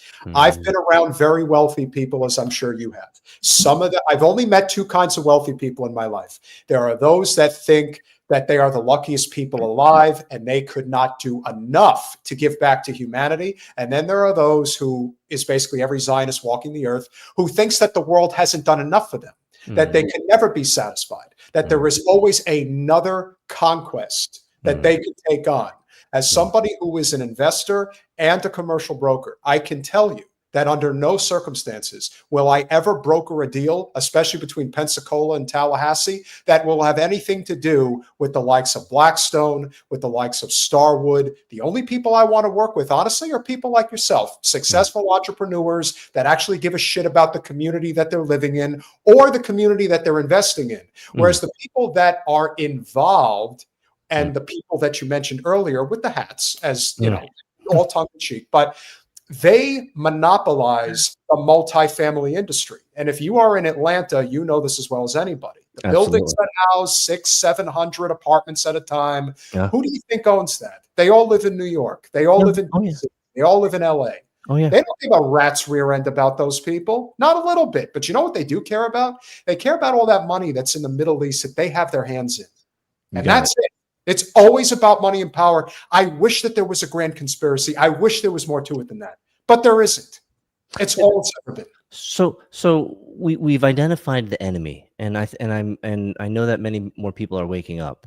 I think the pragmatic question always is like, how do I, as an average Joe Carpenter, an average Joe businessman, or you or me or anybody, how do we affect change? Because like I can tell you right now, like we built this beautiful house in upstate Georgia because I love the location. I love the locals. I love walking. What area are you in? I'm looking in Dade County, actually. I want to be in Dade County. I'm in. Don't want to dox myself, but I'm a little small town in Duluth, Georgia. Okay, in that vicinity. Georgia. And I can walk 7 minutes to my local coffee shop, to my local barber, to my local bar, to get a hamburger, right? Like to get pizza, to get ice cream, right? Like I love local yokel. I will stay here. We built a home here. We built deep roots, and local politics is where I know I can be effective by saying, no, I don't want the duplexes. Yes. To be across the street, please. Let's not vote for that. Let's not allow for this type of provisions that I've read about and I've researched that opens us up to immigration, re-immigration, location. Like, are you crazy? Why would we want to import 5,000 people that we don't know? It doesn't make any sense, right? So like that's where I know that we can affect change. But I'm curious because there's a greater power at play that we're talking about, these Zionists, and their ilk. So I'm wondering, how does that change in your mind get affected? Not instantly, but over time. What must we do as the American people to see that as a realization? Okay, well, first I'm going to tell you, stop telling people that Jews get interest-free loans. I have never in my life gotten an interest-free loan. My parents have never gotten an interest-free loan. I have not met a Jew in my life that has gotten an interest-free loan. So you haven't talked to the right people. Yeah, you know what? That's not a Jewish thing. Okay, that's an oligarch, nepotism, capitalist, who's who thing. Because you can meet people that in Trump's world that aren't Jews that'll get those same deals. So first of all, stop saying shit like that because it's just not right. Okay, like seriously. Fair enough. But that's a good start. The actors all involved are of the same pattern. I understand. Do you know? But let me ask you something, Peter. Do you know why Jews control the banking? Yes, there was a period of time about 300. I was talking to him, not you. Oh, I'm sorry. Well, we're both the same name. Yeah, but I know what you know. Okay. Well, so there's this issue with usury, right? And whether that's a moral consideration, whether that's something that's good or not good. I fall somewhere on the not good to middle ground, right? I think there is value in the work of money, and there is value in the work of being able to help people like small businesses or any type of business be able to leverage money as a mechanism for growth and scale and profitability. And so it's hard for me understand my bias and understand my history in finance for the last 2 decades, right? I'm a little biased towards that because I do leverage money. I do leverage interest to help start. But there's got to be limits and there's got to be restrictions, and it can only go so far for the same reason that after a hurricane, you're not allowed to charge $100 for a bag of ice. Exactly. Okay. There needs to be restrictions on it. But, when you talk about why Jews historically have been in those positions, it's because they weren't allowed to do anything else. Right. Exactly. And I don't think people really understand that. It wasn't some massive Jewish conspiracy to get together and control the world's money. That's not how it happened. Originally, Jews weren't allowed to do other things. The reason that we have DO schools for medicine is because Jews weren't allowed in medical schools. There are a lot of things that have come from what we were restricted from doing. And that is the truth. So absolutely. And that is how it started. And, many, many people that are in that are just nefarious capitalists. And it has nothing to do with the fact that they're Jews. Most of them probably don't even practice their religion. They're probably secular in the first place. But the majority of Jews I grew up with, like my dad grew up living on a porch with his brother. He shared the porch with his uncle, and 6 people shared one bathroom, and they had 2 rooms. So my people do not come from being able to get perks from the Rothschilds. Okay, that's just not a thing. My people busted ass. My great-grandfather left from the pogroms in Russia and brought his wife with 2 children across a boat to come here without speaking a word of English and lived in tenements. Yes. And so you understand what I'm saying, right? Oh, yeah. Most Jews. Matt and I had this conversation probably about 2 years ago on a podcast where we were kind of dissing on the Chinese. And we were saying the Chinese could have been the Jews. And we were like, well, we were kind of joking about it. And the reason is because we saw this article talking about this, is that if the Chinese were a social pariahs, and were of a smaller minority race as they grew, and they were only limited to certain areas of business, then the Chinese could have been the Jewish Zionist project, right, where they're running the banking industry of the world. And so so the only difference in many cases is just how history rolled the dice and which cultures got ingrained in which types of industries, right? And so what I think exacerbates it, and this is what exacerbates is the natural inclinations of culture, of deep cultural aesthetics and deep cultural nuances. For example, Jewish culture is very familial. There's so many advantages to that. They keep wealth in the family. They stick to themselves. They're very localized support units. Right. This is great. That's been survival. That's been their survival. Exactly. Yeah. Now, if you take that to its logical extreme and you also control the finances of the world, then you're only going to give financial benefits to your own homies. And so there's cultural, I think, there's cultural nuances at play for every culture, and that creates those biases and the stereotypes that we see. And so it's not a right or wrong. I think it is what it is. And it's unfortunate, though, that at our current stage in today's world, that a lot of people are getting the Jews and the Zionists confused. That's the problem. Yeah. Michael Hudson says, I grew up with Torah, God, don't know any Jews. Hi, Michael. I'm a Jew. Nice to meet you. Okay. Now you do. You know one. When I was working for my first job out of college, I worked for the New York Mets. And there was a guy, I'm sure you're familiar with the Wilpons, and guy in my department who ended up getting promoted, who should not have been promoted, but he was a member of the tribe. And he ended up getting an advantage that, in my opinion, based on his work ethic and the connections he had with the team, that's why he was able to ascend the ladder. And I think it is very true, especially if you've worked in high finance in Manhattan, that there are distinct advantages that the kids who go to Birch and Lenox on the Upper East Side are going to have that the majority of the population anywhere in the world, no matter how much of a colossal fuck up that kid is, if they are a member of Sand's organization, they're going to become a VP at one of the banks in the city. There's really no logical conclusion. That's nepotism and oligarchy to me. It's the same in Shanghai. I've been there. It's the same in Hong Kong. It's the same in Tokyo. Right. Don't you think, like I've always thought of, and quite honestly, Asian cultures, South American cultures, a lot of these cultures are very familiar, very closed, and very insulated. Yeah. Whether it's Indians, whether it's, I mean, it could be anything. The Koreans, I don't know, whoever, pick your group of people, right? I mean, people tend to be concentrated and protect their own because it's survival. Yes. And some groups are better at doing it than others. Yes. And also, it also depends on the size of the group. You know, like smaller groups are a lot easier to sort of keep insulated.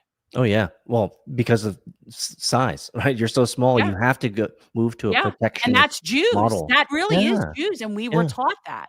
And that is a generational mental model and philosophy of growing up, you know, in that type of family dynamic that I don't think will ever get erased. And that's not a good thing or bad thing. It is what it is thing until Jews are a billion Jews, like as many Indians out there, I guess. So then, right. If there's that many if there were that many Jews, I might say, okay, we've got to really talk about this issue, right? Like this is a problem, right? Let's be clear. It's like if the Indians were the ones in charge of the whole banking system, right? Then we might have a bigger situation. We already have a bigger situation with them coming into lots of places where they don't need to be coming in anyway. Yeah. So. No, again, Indians? All sorts. Yeah, absolutely. How do you mean people are coming in where they don't belong? What does that mean? Have you seen you? Have you seen you? Like, I don't understand how you, like, that's what I would think people would say that in Georgia about you. Peter, are you talking about the H-1B visas? Is that what you're? Yeah, I'm talking about the H-1B visas. I'm talking about legal loopholes to take advantage of our amazing American system. So I don't know how amazing our system is. So there's that. I'm not so sure we're so amazing. We don't even have healthcare. So, you know, there's that. Well, if we want to do comparative studies, I can tell you, having traveled for about 9 months in India to Bangalore, to Hyderabad. America is so much better Oh, yeah. than India. And Creature so, comforts for sure, and modern civilization type of things. I do absolutely. understand that. I understand that. Absolutely. So But why do we care if they come here, though? they're not a value add to our economic system. They're a leech to the economic system. Now, I'm okay with legal immigration, so don't get that twisted. If it's legal and they have a right to be here, they've gone through the right applications, it makes a lot of sense. However, we have major cheese holes in all of our border policies, our immigration policies, our lack of a wall. Right. These are, I think, fundamental things that any nation should care about. And me being, of course, an American who was not born here. I was born in Korea. I was imported in as a young child. Certainly, I've benefited from the amazing amenities and the opportunities that America has to give. And I've taken it by the horns in good American fashion. I've built my own business. I've built my family, and I've lived that. I've tried to live that American dream. And the America, let's just say, that I grew up in the 80s is not the America that I see today. And I'd like to move more back to a conservative, classical America. And maybe that's too naive. Maybe that's too wishy-washy and wanting. But, I'll tell you, all three of us, I think, were raised in a perfect time in history, because we were able to be children. We were able to be kids. We didn't have cell phones and internet, and we didn't have all the distractions and all the crap that we have that comes with mobile devices and all that stuff. So I think we really are living in the best time, so we can be the ones who challenge the negative aspects of change that are happening around our world. I would definitely say that I just don't see immigration in any capacity as a problem. I just don't. I think that that's where we all originally came from. Well, again, and I do understand that people come here and they're undocumented and then they stay here. But the majority of those people are hardworking people that are contributing to our society in a way and actually pay and don't get benefits. So that's that problem. But and again, I would have no problem with that, but I think that people should go through the legal channels. The problem is that the reason the system is so effed up, whether it is H-1Bs or anything in between, is that this country is run, owned, and operated by billionaire oligarchs. And the only thing that serves them is, how do we get the cheapest, most desperate people in here so we can pay them the least amount of money? That is how this economy works. It is worked this way. It doesn't work out. Because we can't have legal slavery anymore. Well, so this and prison labor is the next step from that. Like, that's one step from that. And I would say that there's always these, look, there's plenty of examples, whether anybody wants to talk about them or not. There is an anti-Asian bias in this country when it comes to higher education because of the household you're raised in. And then there is this liberal mindset of, well, we got to get these people. I'm like, no, you have to recognize what the real problem is here. It's a systemically broken system. And it is done that way because some people in boardrooms can just make a decision. I have always said, if you really want to know how capitalism truly works at its core, watch that 5-minute speech in the office with Michael Douglas and Charlie Sheen in Wall Street. When he's explaining to him exactly how this works, and nothing has changed since he made that speech. It is exactly the same. In fact, it's gotten worse, but it is the truth. And it is an example of they only want what they want, which furthers their kingdom. Whether it is Elon, whether it is Zuckerberg, whether it is Ellison, and especially whether it's Gates, to them, this is just a game of stratego. This is a game of risk. They're playing with people's lives, but what do they care? You know, that's like the whole thing about Epstein. It's like they don't want that the entire system to be exposed around the fact that this is Carlin always said it was a big club and you ain't in it. No, it's a small club and you're not invited. There is a small amount of people that basically control everything. Look at Bill Ackman. He is shitting a fucking brick right now because a guy who is running for mayor on no corporate money says, I think we might need to put a government-run grocery store in just one in each of the 5 boroughs, and they're about to lose their mind. the Greek billionaire who has price gouged the shit out of that city for decades to become rich. And I'm sure you know his daughter's this big MAGA influencer. You know, he's losing his mind about the fact that this guy's probably going to win. And all I'm thinking is Zoran hasn't even really done anything. The only thing it's done is expose the entire Zionist contingent of the oligarch class and how they dominate us every day. So when we talk about immigration, I don't think anybody here has an issue with immigration, but the way it's being done is at the exploitation of working people for the benefit of the very few at the top. That's what I see. No, and I'm with you 100%. I'm all about the legal and right means. That's all. Like, we have laws for a reason, right? And so, but we don't follow international laws. That's what I find so interesting, right? Like, what laws did the people follow that? Like, a lot of the things they're doing are in violation of our own laws, right? So I find it just kind of funny that people that are concerned with the rule of law in terms of immigration, I'm not speaking about you, but just in general, but yet they don't mind how many laws that are in violation by things like masked, unidentified ICE Gestapo arresting people off the streets and violating civil liberties left and right. Okay. So that is completely illegal. Yes. And unconstitutional, and will eventually be found as such. Unfortunately, people are going to suffer in the meantime. But so it's just very interesting to me that people that are so concerned with illegal immigrants don't seem to mind every other law being violated in the response to said immigration. And I think that often, if I may, I think that often just stems from the red versus blue paradigm that so many normies and NPCs are just stuck in, right? I think you guys have exited the matrix. I'd like to say that I've exited the matrix at some level. Yes. And there is no red versus blue. It is just one. Yes. And it's one, and it's a big blob against all of us. Like, that's how it works. It's a class war. Yes. This is a class war. Yeah. And when you do things that encourage people in any way, shape, or form to blame people with less institutional power than them for the problems that they have, you are only facilitating the problems that we're having by keeping the class divide going, by keeping people fighting amongst themselves. So when people are too busy punching down at immigrants, they're not looking at the psychopaths like Peter Thiel and that what's the other guy, Alex Karp and Elon Musk, and these people that have taken control of everything. Yes. Those are the people that are the problem, not these poor people that are trying to escape whatever horror that we've put their country in the first place that makes them have to escape to here. And here's one of the reasons why, and I know this conversation's been great. If you want, you can hang around for a few more minutes, but I think that— And I'm in rare form today, Peter. That Laura Loomer thing really got me going. I'm not usually like this friggin' on fire, but like I am so angry. I'm gonna have to do a trade-off. We had a good conversation, so. Yeah, no, we definitely listen. Anytime, you know, you and Matt are ready to have us on, you know, that you guys are great. Yeah, we should have you on for sure.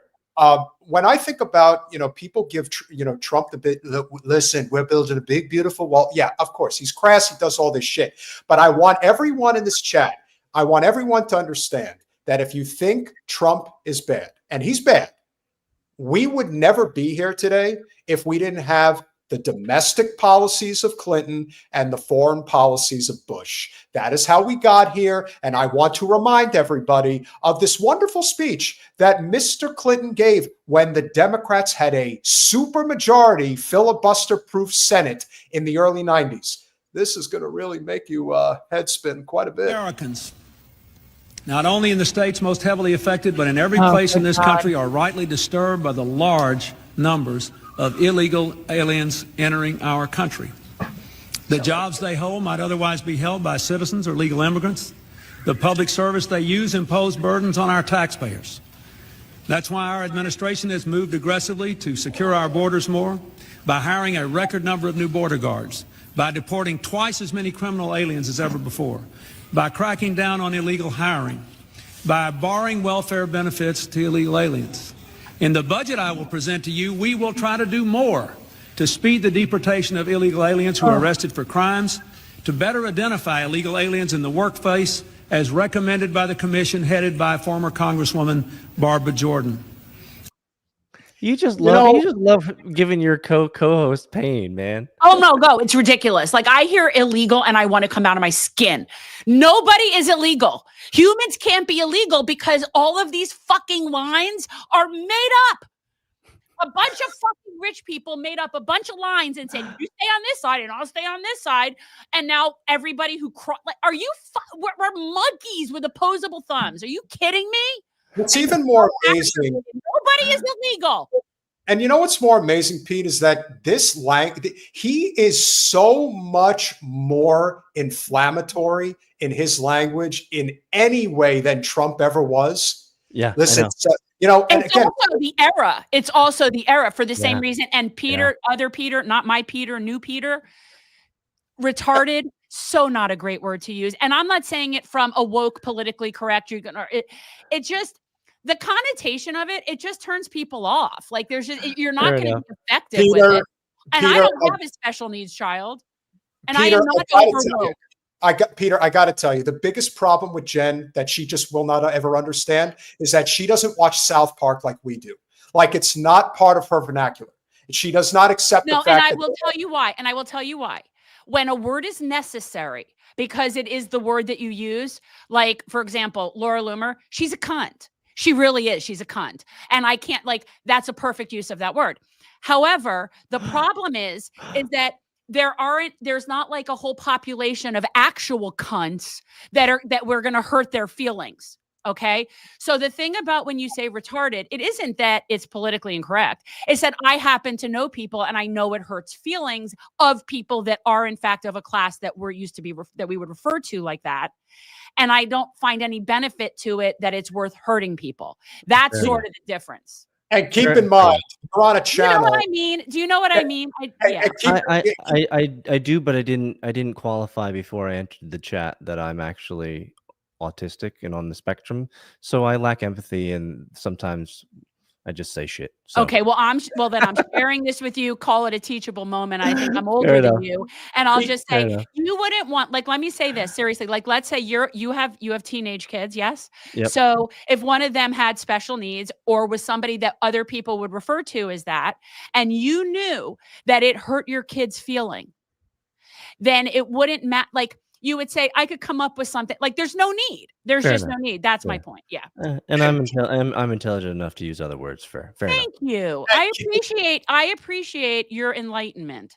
And keep in mind, you're on a channel in which from the jump, we were as against the pronouns bullshit as we don't do that here. No. It's like, don't even, and we've been to events when Jen ran for Congress. I never announced my pronouns. I said, that.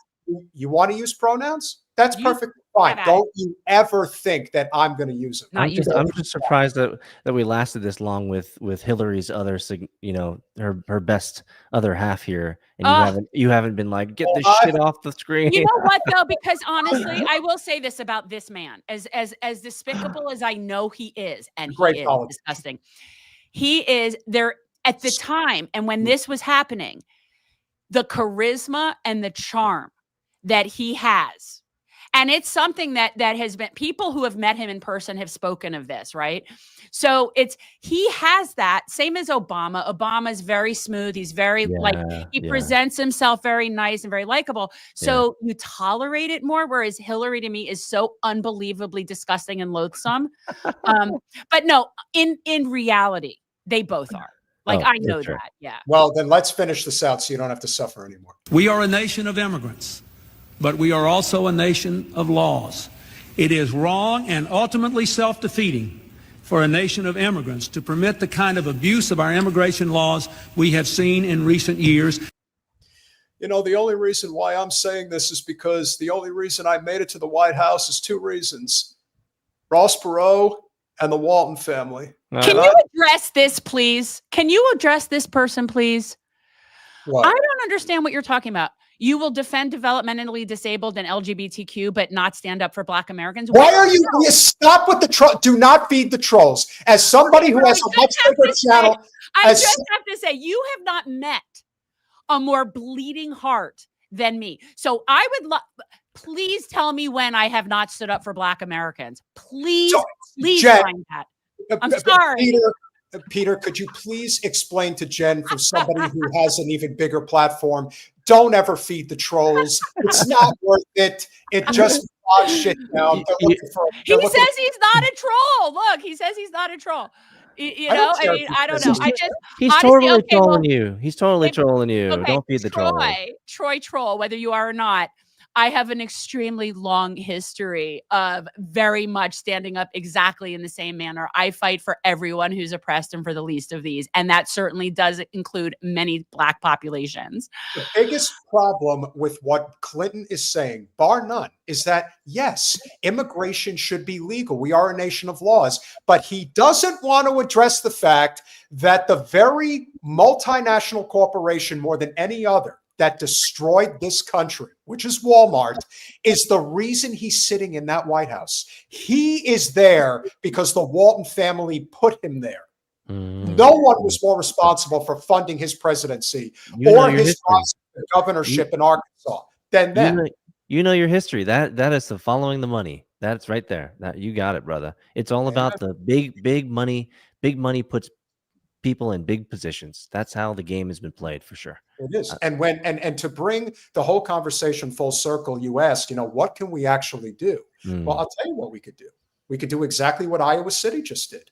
You can go to your local city council and say, hey, I want to see your books. I want to know what money you're giving to Israel. And you know what we're going to do? We are going to stop giving them money. And if we don't, guess what? From somebody from your position, I have the money to fund candidates who will kick your ass out of office, who will not take money from Israel. And that's how it works. Because the one thing we know about these pathetic individuals who run our federal government, the only thing that they understand, much like Zionists, is money and power. And if you take that away from them, oh man, nothing will scare them more. If they know that their power is in jeopardy, don't bark like fucking dogs. Like Laura Loomer will eat dog food on camera for money. For $100. God, what a cheap whore. Jesus. I know. I saw that. I saw a clip of her eating dog food. Was that for $100? She did it. That was real. That wasn't AI. No. Pete, you didn't hear the story. So somebody created a fake brand, took Purina, put it in a bag, and sent it to her with $100 like super chat or whatever, and asked if she would promote it and eat it, and she just did. She took the $100 and ate it, and you saw there's the clip. That's what makes it even better, dude. It's like it's at the beginning. No, it's not AI. It's real. And we're gonna clip it. I'm telling you. He admitted it. He said, "So I created this fake company just because I wanted to prove what an absolute corporate whore she is." So he creates this fake company. He sends her a bag of dog food that he just went to Petco and put Purina in and claimed that it was this, and he got her to eat it on camera, and you have to see her face that she's eating it. What is your soul worth? These people are horrible human beings, man. I'll tell you.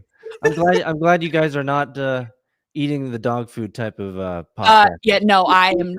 They're eating the dogs. Let me tell you something. I am a way more expensive person than that. I don't know what my price would be, but I gotta say, first of all, I don't eat meat. So right there, that's a problem.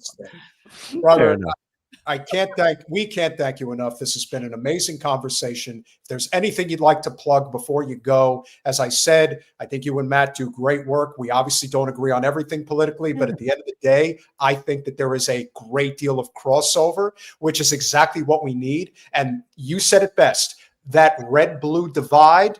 If there's one thing that we are now seeing, especially as the boomer generation is out to pasture, that is the future. The red-blue divide is starting to break away, and that's a great thing. Yeah, and thank you so much for the opportunity to come on your amazing show. Again, we don't have to agree on stuff. No. And what makes what life great is because we get to discover together kind of what the solutions need to be, and we're willing to talk about it. I think we can all agree that there's an evil empire that's against us. And as long as we're not fractured in that and we're willing to talk about it, that's what matters. So I'll just plug the Matt Kim podcast. I'd cordially invite you guys on. Let me align with Matt. We'd love to have conversations with you about what's going on in the world and letting more people know about that there are free thinkers out there like you guys. Thank you so much. The Thank Florida you. And George Lines- maybe we'll have both of you on. Maybe we'll do like a thing where we should. both of you. I don't know your show. Like I'm sorry, I didn't, because I don't follow stuff like Peter does, We are literally two average Asians. We're not like the highest SAT Asians, okay? You're None of just that shit. average Asian. We're just but an average average Asian is still okay. I would bet you anything. The average Asian SAT score is higher than the average. No, I'm serious. Nothing would surprise me. So when you say average Asian, that already is at a different point.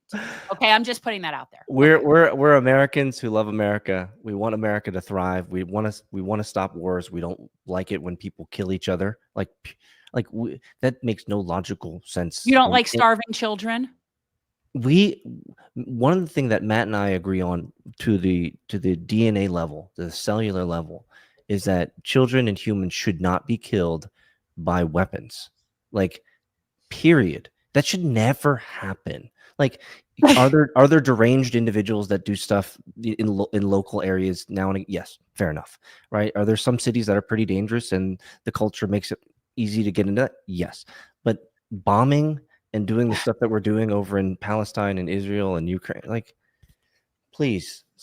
So the more that people are willing to talk about it and say no more, what can we do to make that stop? I'm all about it.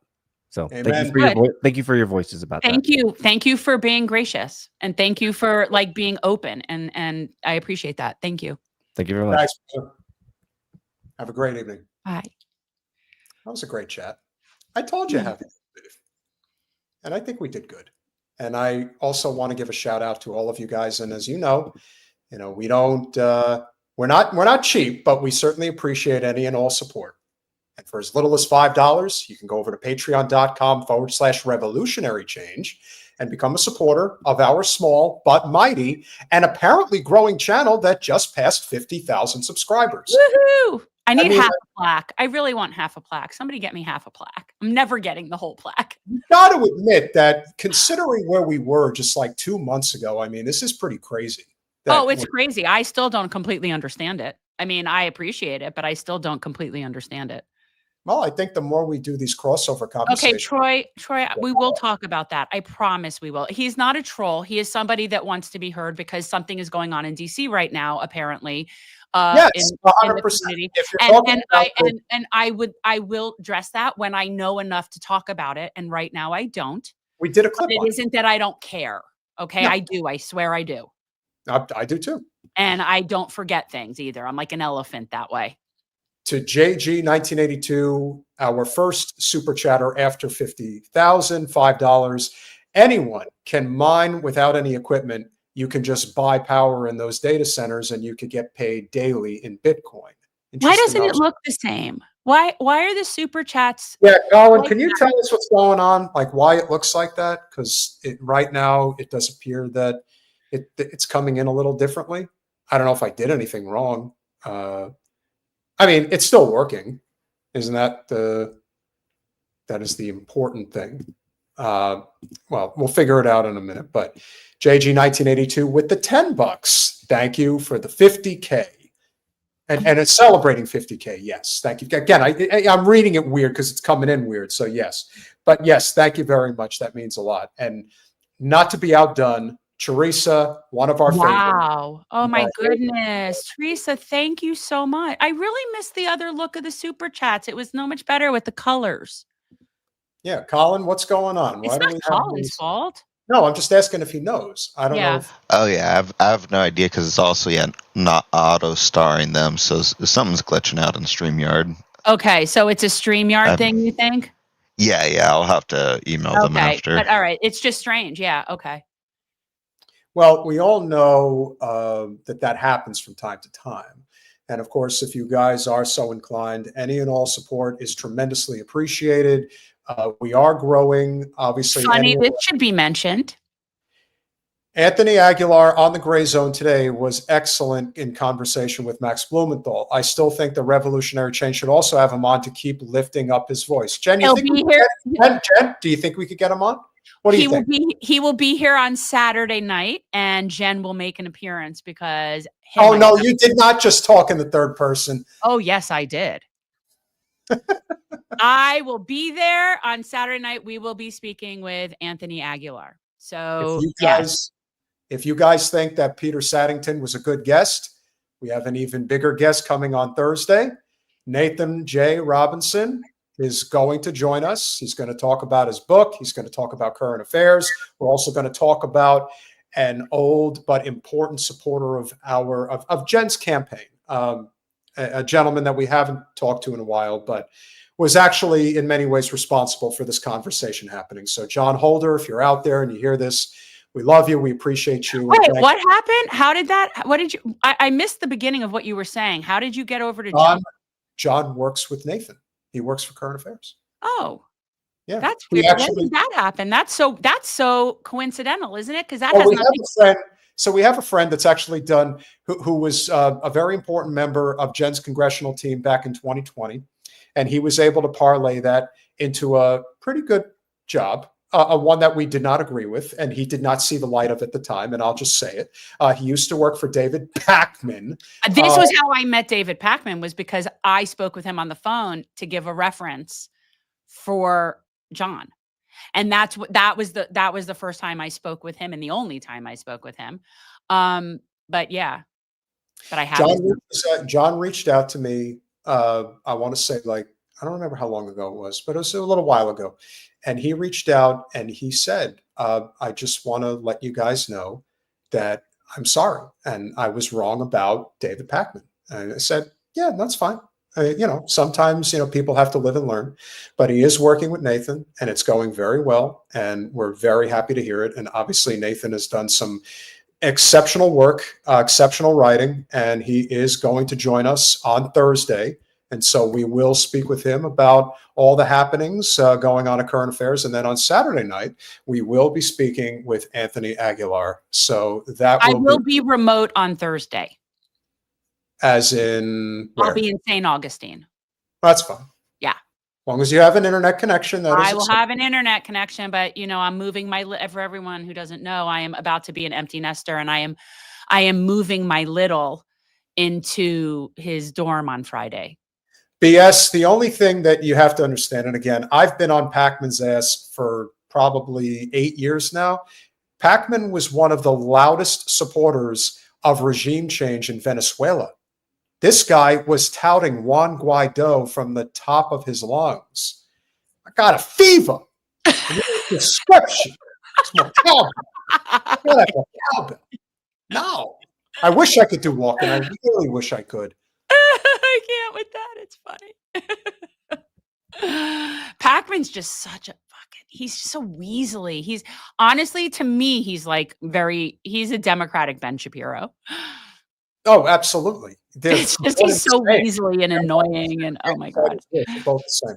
Here's a guy who gets 1 million views on a video and goes and complains, oh my God, they're coming after me. I might lose some subscribers.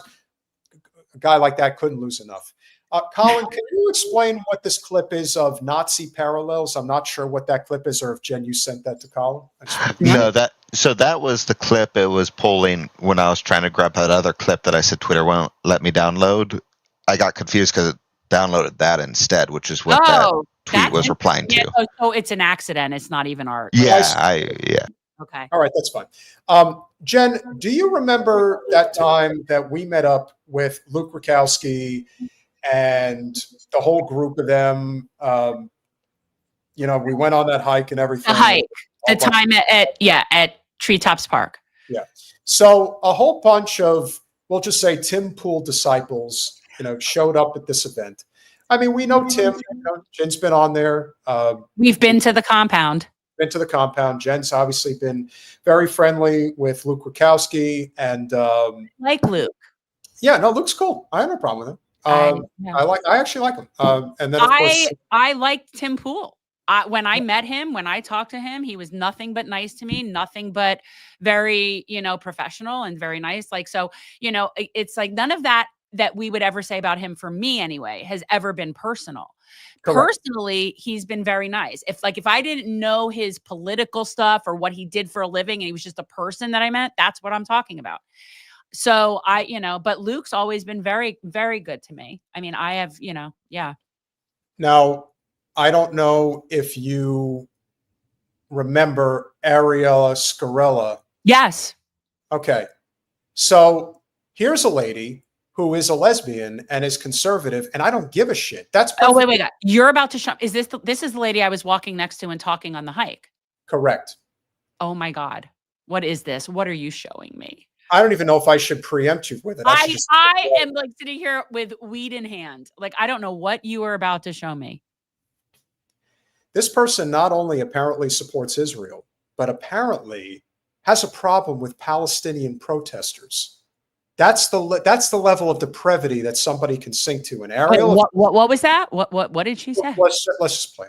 Palestinian protesters are some of the craziest I've ever seen. Pro-Palestinian protesters in the New Mexico State University. What are they protesting? Wow. Palestinian? Yeah. Reaction to genocide, you freak! You're small! Don't keep anyone safe! Not shocked that it's at a university campus? What do you expect a normal reaction to genocide to be? Why would you be posting this on Instagram and the only people who comment favorably on your channel? This is a person who claims to basically be a MAGA libertarian who also happens to be gay. And that was always her claim to fame. But why would she be out there touting Israel? One makes you wonder, doesn't it, Jen? I don't understand it. She doesn't seem to be a Christian Zio. No. Could it just be she's just so gung-ho Trump? Oh, you think they're paying her? I don't know her platform. I didn't even know she had one. So I don't know think about her other than this was a chick I was walking with in the park. So like I didn't know she even had a platform. Well, of course. But at the end of the day, why are they doing this? This is their career, if you want to call it that.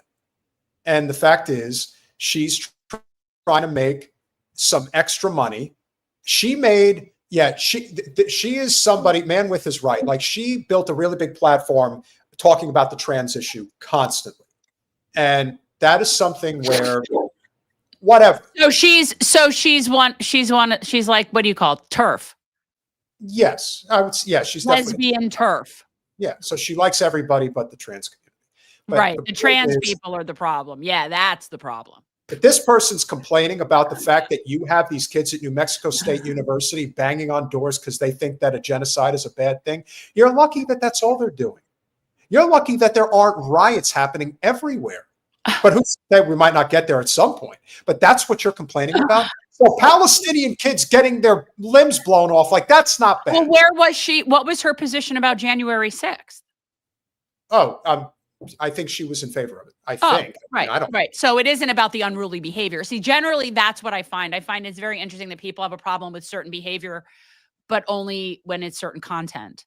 Well, like I said, if it built an audience and allows her to make money. But I will tell you guys, if you go to her Instagram page and you go to the chat and you see the commentary that is on this video, she basically, if she's not getting paid, I would be shocked because almost all of the commentary are Zios that have found their way. This is no different than Brianna Wu. Is that her name? Brittany Wu? I don't know. Whatever the hell her name is. The trans woman who decided to go full Israel, and I'm talking like full Israel, saying that that's their land.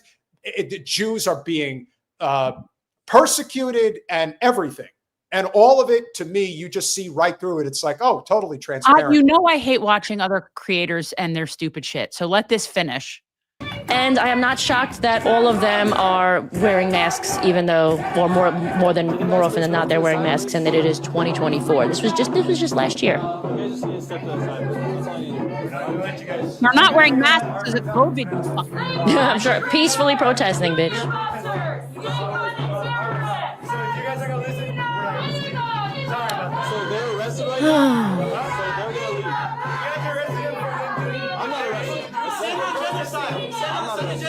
I have a question. How does the cop that is working and living in the United States of America have anything to do with standing for genocide or standing on the side of genocide. This just shows that the people that hate the cops don't hate the cops for what they're actually doing. They hate supposed white supremacy. They hate supposed oppression. They hate the West. Once again, this all comes down to believing in systemic racism in the United States anyway, and the oppressed versus the oppressor. If you're a cop, you're an oppressor. If you're a Palestinian, systemic racism, as in what? It doesn't exist and it's sort of like a theory? Like, that's like believing in gravity, you fucking moron. I can't. Honest to God, like, I just fucking can't today. And let me say one other thing.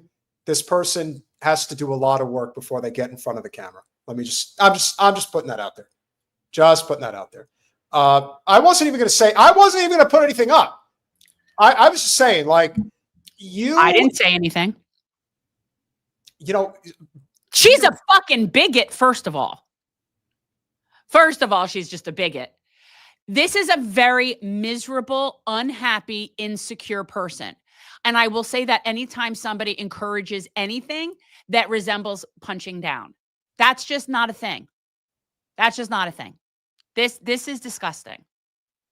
It's beyond disgusting. And again, let's just finish it. You're the oppressed. In these people's fucking crazy minds, it doesn't even matter if you are a cop on the opposite side of the world, on another continent. Somehow you are still complicit in genocide. It's a complete black and white thinking, which is hilarious for a supposed community or side that's tolerant of every color of the fucking rainbow.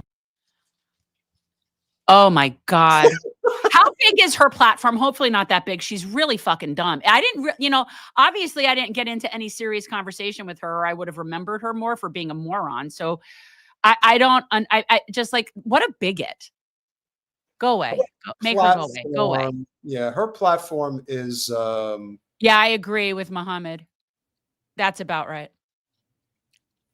I don't know. That might be a little high.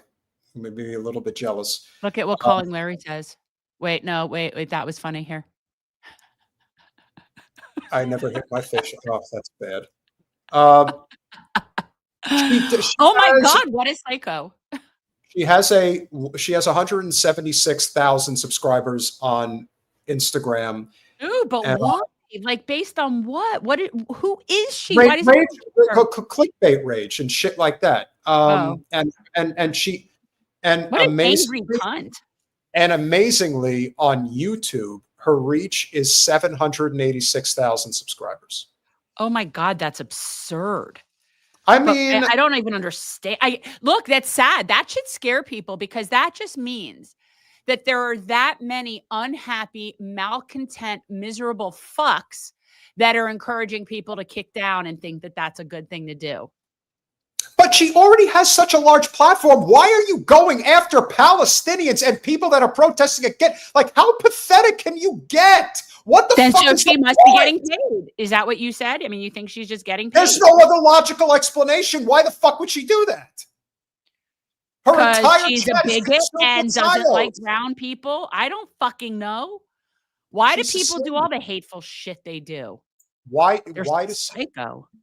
Listen, I've said it before, I'll say it again. If you have not seen the Sicilian scene in True Romance between Dennis Hopper and Christopher Walken, you have to see that scene, because there is a lot of truth behind, and it's not really Italians, it's Sicilians primarily, that have this hatred. Not True Romance. You're talking what? It was like Christian Slater and or was that Brad? Arquette? Yeah, I saw that. I saw it in the fucking theater. I just don't remember it. Yeah, well, it's actually. I don't remember a particular scene, but yeah, that was that. What my point is that if you go back and you watch it, what you will take from that is very simple. There is something to be said for the rage that certain Sicilians in particular have. We saw that lunatic that I put up the clip on Saturday night that decided to show up at Zoran's rally in Staten Island and start threatening him. And then he comes on, he makes this little video. Yeah, we totally took care of Zoran, that piece of shit. If he ever walks down the street again, I'm totally going to take. He looked like he was shaking in his boots. Oh, really? Let me tell you. He looked terrified. Another fucking guy who has to wear lifts in his shoes. You know, I know how tall Trump is. So when I see you standing next to him, I can tell how fucking short you are. Wait, So, who's wearing lifts? Zoran doesn't wear lifts. no, the guy who showed up, the okay. Sicilian that showed up to try to give him the business. And then it's incredible. You are a lesbian and you already deal with enough of society giving you the business.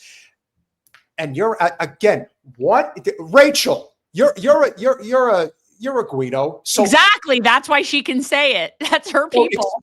Like, people really need to understand, like, there is an inherited hatred for other people that Sicilians have, even a lesbian. Like, she's looking at the Palestinians like these freaking sand, I can't say the N-word, but don't you dare. But that's what they think of them as. If you haven't seen Casino. Yeah, well, that's bigots. Bigots are bigots. Okay, bigots so now you're going to have to people. explain that. She's a Gina. I don't know what that. I've never heard that slang before. It's obviously some sort of like reference to an Italian stereotype of some kind, and that's fine. Look, there is a reason that there are stereotypes. A lot of them are true. The Irish, they drink. They really do. And I don't. You don't live there, do you? You're only, first of all, a quarter Irish, and you're also kind of You think I would drive myself to the bottle if I lived in Ireland? I don't know. What I do know is that the pubs are open and rocking at 10 o'clock in the morning, and day drinking is a real thing. So what I'm saying is stereotypes can be based on reality. They can be. And there is a reason that people associate Italians with mafia. That is based on reality. So that's facts. And they open I mean, like I said, I wouldn't care about anything that somebody like Arielle Scarcella would have to say, but I put her out there because, remember, guys, there is going to come a time in the future where the boomerang is going to get thrown back in their direction for supporting this genocide. This is almost 2 years in, and this fuck decides to put, yes, Arielle, you're a fuck. You put out a clip like that? Let me do some rage bait clicking about student protesters who are against genocide, and you're going to find a way to make it's not even the big news now. That's what's so pathetic about it. Like, what is she grabbing at that for? It's absolute insanity. Like, you are a prime example of a person who should be shunned from society. Like, you just should. Like, there is no excuse. These fucking kids, are you fucking blind? There's no way that you don't know that they are massacring these children. There is no way that you don't know what Laura Loomer has been up to. There is no way that you have this size of a platform and are not keenly aware of how fucking bad this is. The only reason you would do this is for shekels. You realize I would never remember this person even if I bumped into her. I totally came across it by accident. And she just, you should have forwarded it to Luke. It's not just what she said. It's the people in the comment section. So you know what that tells me?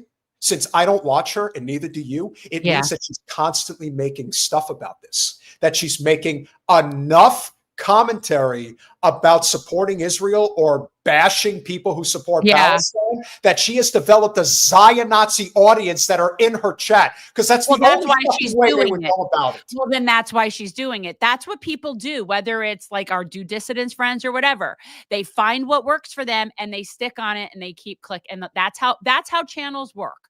So if she has found that that's what's working for her, then she's going to keep doing it. Well, you know what? I'm glad we have the channel that we do. We got to 50,000 subscribers without selling out, not even a little bit. And we are not going. We haven't been offered either, though. So for in all fairness, nobody's offered me shit. Are you saying that you would sell out if an opportunity? I'm saying no, but I am saying I would love to have a sponsor. Well, we have a $4.99 sponsor from Yalabite. Yes, thank you, Yalabite. Next POTUS better prosecute all these Zio scam artists online. Course real estate, crypto fake, digital entrepreneurs using Slav Zio living in Miami. Listen, I hope all of the Zios move to Miami. I hope they take it over. I hope they all end up there. You know why? They'll be holding the bag. One holding the bag. Exactly. Let them be holding the underwater property, literally. And this is so, I can say it. Yeah, let them be holding the underwater property literally. I love that I can say that, and it's really literal. Kedman, thank you for the 279 Canadian A. Bono adores people of his. Yeah, Bono. Am I going to be started on that motherfucker? Oh my God. Absolutely. Oh my God. Listen, I don't expect anything from Conor McGregor. That motherfucker has been punched in the head and has probably punched enough people in the head, including women, that fuck, for me to never give a shit about anything that he has to say. Meanwhile, Bono, going around the world, espousing himself as this great humanitarian who cares about everybody. He has been stone fucking silent. He finally said something like a week ago about what's going on in Gaza and how it's bad. You mean to tell Mr. World Over knows everything that's going on, and you are fucking Irish Catholic, and you have kept your mouth shut this entire time? First of all, everyone knows. But you know what? The Irish people that are really like pushing the Palestinian movement, like Tig and those people, they would probably disown him. I'm sure they would. Yalabite with the 199. Even Milo to OG MAGA is seeing the light with Israel. Well, again, people like Milo Yiannopoulos are eventually going to see it because they know it's not a tenable position to keep supporting Israel.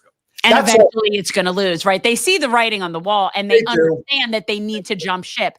I don't know that a lot of them are necessarily having a moral awakening. I will say that I do believe that Tucker Carlson, I feel like I am watching somebody have an awakening of sorts. And his face, it's very telling. And he's not an actor, so he's not good enough to pretend it. But if there's one thing we know about Tucker Carlson, he is a devout Catholic. So it's not, to me, it's not fake. Like for him, he is having serious internal conflict with himself. Yes. And that's very pleasing to watch because everybody should. Anybody who was in that position should already be through it. But yes, there should be some internal conflict about this. And much like Miss Rachel, Tucker Carlson has fuck you money. So he can put on his podcast, which apparently is the biggest one on Spotify. That's why they're coming for him. He is not just platforming other conservatives and having this like it's a terrible change. He's bringing on real radical individuals to his podcast. And he may not agree with everything they're saying, but he's like, I have to, as a Catholic, I have to do something to make this change. I think Chris is right with that for sure. Yeah, absolutely. Listen. And Tucker does have fuck you money, which makes that's a very good position to be in. I agree. Yalabite again with the 199. Connor does not rep the Irish people who are welcoming. I agree. And that's why most of the Irish went after him when he did that. I am proud that I live in a country where my fellow Irish actually are appalled by what goes on. That's why I've said there's a big difference between the Italians and the Irish is that Italians from Italy do not regard Italian Americans, especially Italian Americans from Staten Island, as people that it's like they're their own separate thing. That's not us. We don't see it that way. You don't see people. I wish I could say that it was the same thing, that Israelis here weren't like the Israelis there, but unfortunately, they're just those are all the same. But friend of the show, Kate Willett, did a post today that I saw that evidently there is statistical data already put together based on Scheinbaum's first 2 years in office in Mexico. I love her. Socialist policies that she has enacted has pulled over 8.5 million people out of poverty in Mexico. I love her. I love Claudia Scheinbaum. And I love that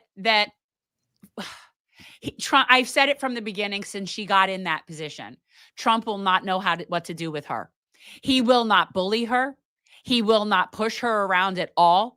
And I think he will walk on fucking eggshells around her. And I love it. For him to do that. Jen, before we conclude for this evening, please share with Mo and anybody else who is, well, let's just say supporting Candace Owens. She probably pulled her own version of Alex Jones. Yeah. So Candace Owens, and look, we gave her props. She's definitely been extremely, Scheinbaum is not a Zionist. Scheinbaum supports the Palestinians. Yeah. But the problem with Candace is that she shot her wad. You know what I'm saying? Oh. She went a little too far. So she flew a little too far to the sun. So you know the R word that you don't want to hear on the show. If you guys have seen Tropic Thunder, as you don't go full R. Yes. Never go full. Never go full R. I understand. But Candace Owens, while very good on Palestine and correct on that issue, and I did appreciate her taking that stand. And if she really did have personal loss, then that's, whatever. But her obsession with the First Lady of France, I think is going to get her into the find out portion of fuck around in a big way. I think this is going she's going to end up Alex Jonesing herself and is going to end up, they'll bankrupt her. Bankrupt her. And I don't think she realizes that they're basically going to show her she's with the big dogs now. And I think she bit off a lot more. That's what I think. Agree. I think it's definitely why she decided, again, even if it's true, why is this a thing? This is like the type of stuff where Jen and I, when it comes to content on our channel, why, even if it gets you clicks, what the fuck is the point? There's no point to it. It is a completely ridiculous topic to even make as a point. Right. Why, in what way, as somebody that's trying to put out information to educate people, in what way is it a benefit to talk about the content of the genitalia of the First Lady of France? And even if what she said, in what way does that matter? Who gives a shit? Yeah. It just it's so stupid to even talk about it in the first place. Even if it was the First Lady of this country, which I was sick of hearing about that with Michelle Obama. It's who cares? And by the way, there's so many more important things to care about, but you know what? She flew too far and took it too far. And eventually, I guess, Ms. Macron decided she's going to put Candace in her place. And she will. See, that's the thing that I think that I believe more. And I think that this is going to end very badly for Candace Owens. And as far as I'm concerned, and this is what I said, if you wanted to talk about Macron and his wife, there was only one topic that actually had relevance, and that is she clearly groomed him because she was his babysitter. It's gross. When she was 40 and he was 15. That's the type of, again, if he was 40 and she was 15, I never thought that Renee Angelillo ever got enough. I would have charged him with statutory rape against Celine Dion. It's all gross. It always, it's all gross. And I do think that. And I don't give a fuck if it's the French and the French have different cultural dynamics than us. It's still wrong. But I don't necessarily think it's wrong or not wrong. I don't give a shit. It doesn't matter. I don't care what their age difference is. I don't think it's a scandal for anybody but his parents at the time he was a minor. It's not anybody's business. I don't care. Agreed. There are people dying every day. We're having a Holocaust. I don't care about whatever Bridget Macron's genitals. You want to know what matters in this world, ladies and gentlemen? The sensible streamer. Hillary Clinton and Donald Trump share an address, a nondescript 2-story building in Delaware fraudulently listed as their company HQs. You want to know the type of stuff that matters? That matters. Yeah. Just remember, it's a small club and you're not invited. Smash that like button, share, subscribe if you haven't already. We're over 50,000. It's really a gratifying moment for us both. Thank you all. Make sure you tune in on Thursday. Nathan J. Robinson will be our guest. And on Saturday, Jen is going to come out of her hibernation for Saturday night. We will be speaking with Anthony Aguilar. I think just about anybody really. I actually have something else good to talk about because I have an interesting event I'm going to on Saturday about abolition. Yes. Oh, listen, You guys have been wonderful. Thank you for sticking around. We really appreciate you being here. Have a wonderful evening. We will see you Thursday. And Free Palestine. Good night, guys.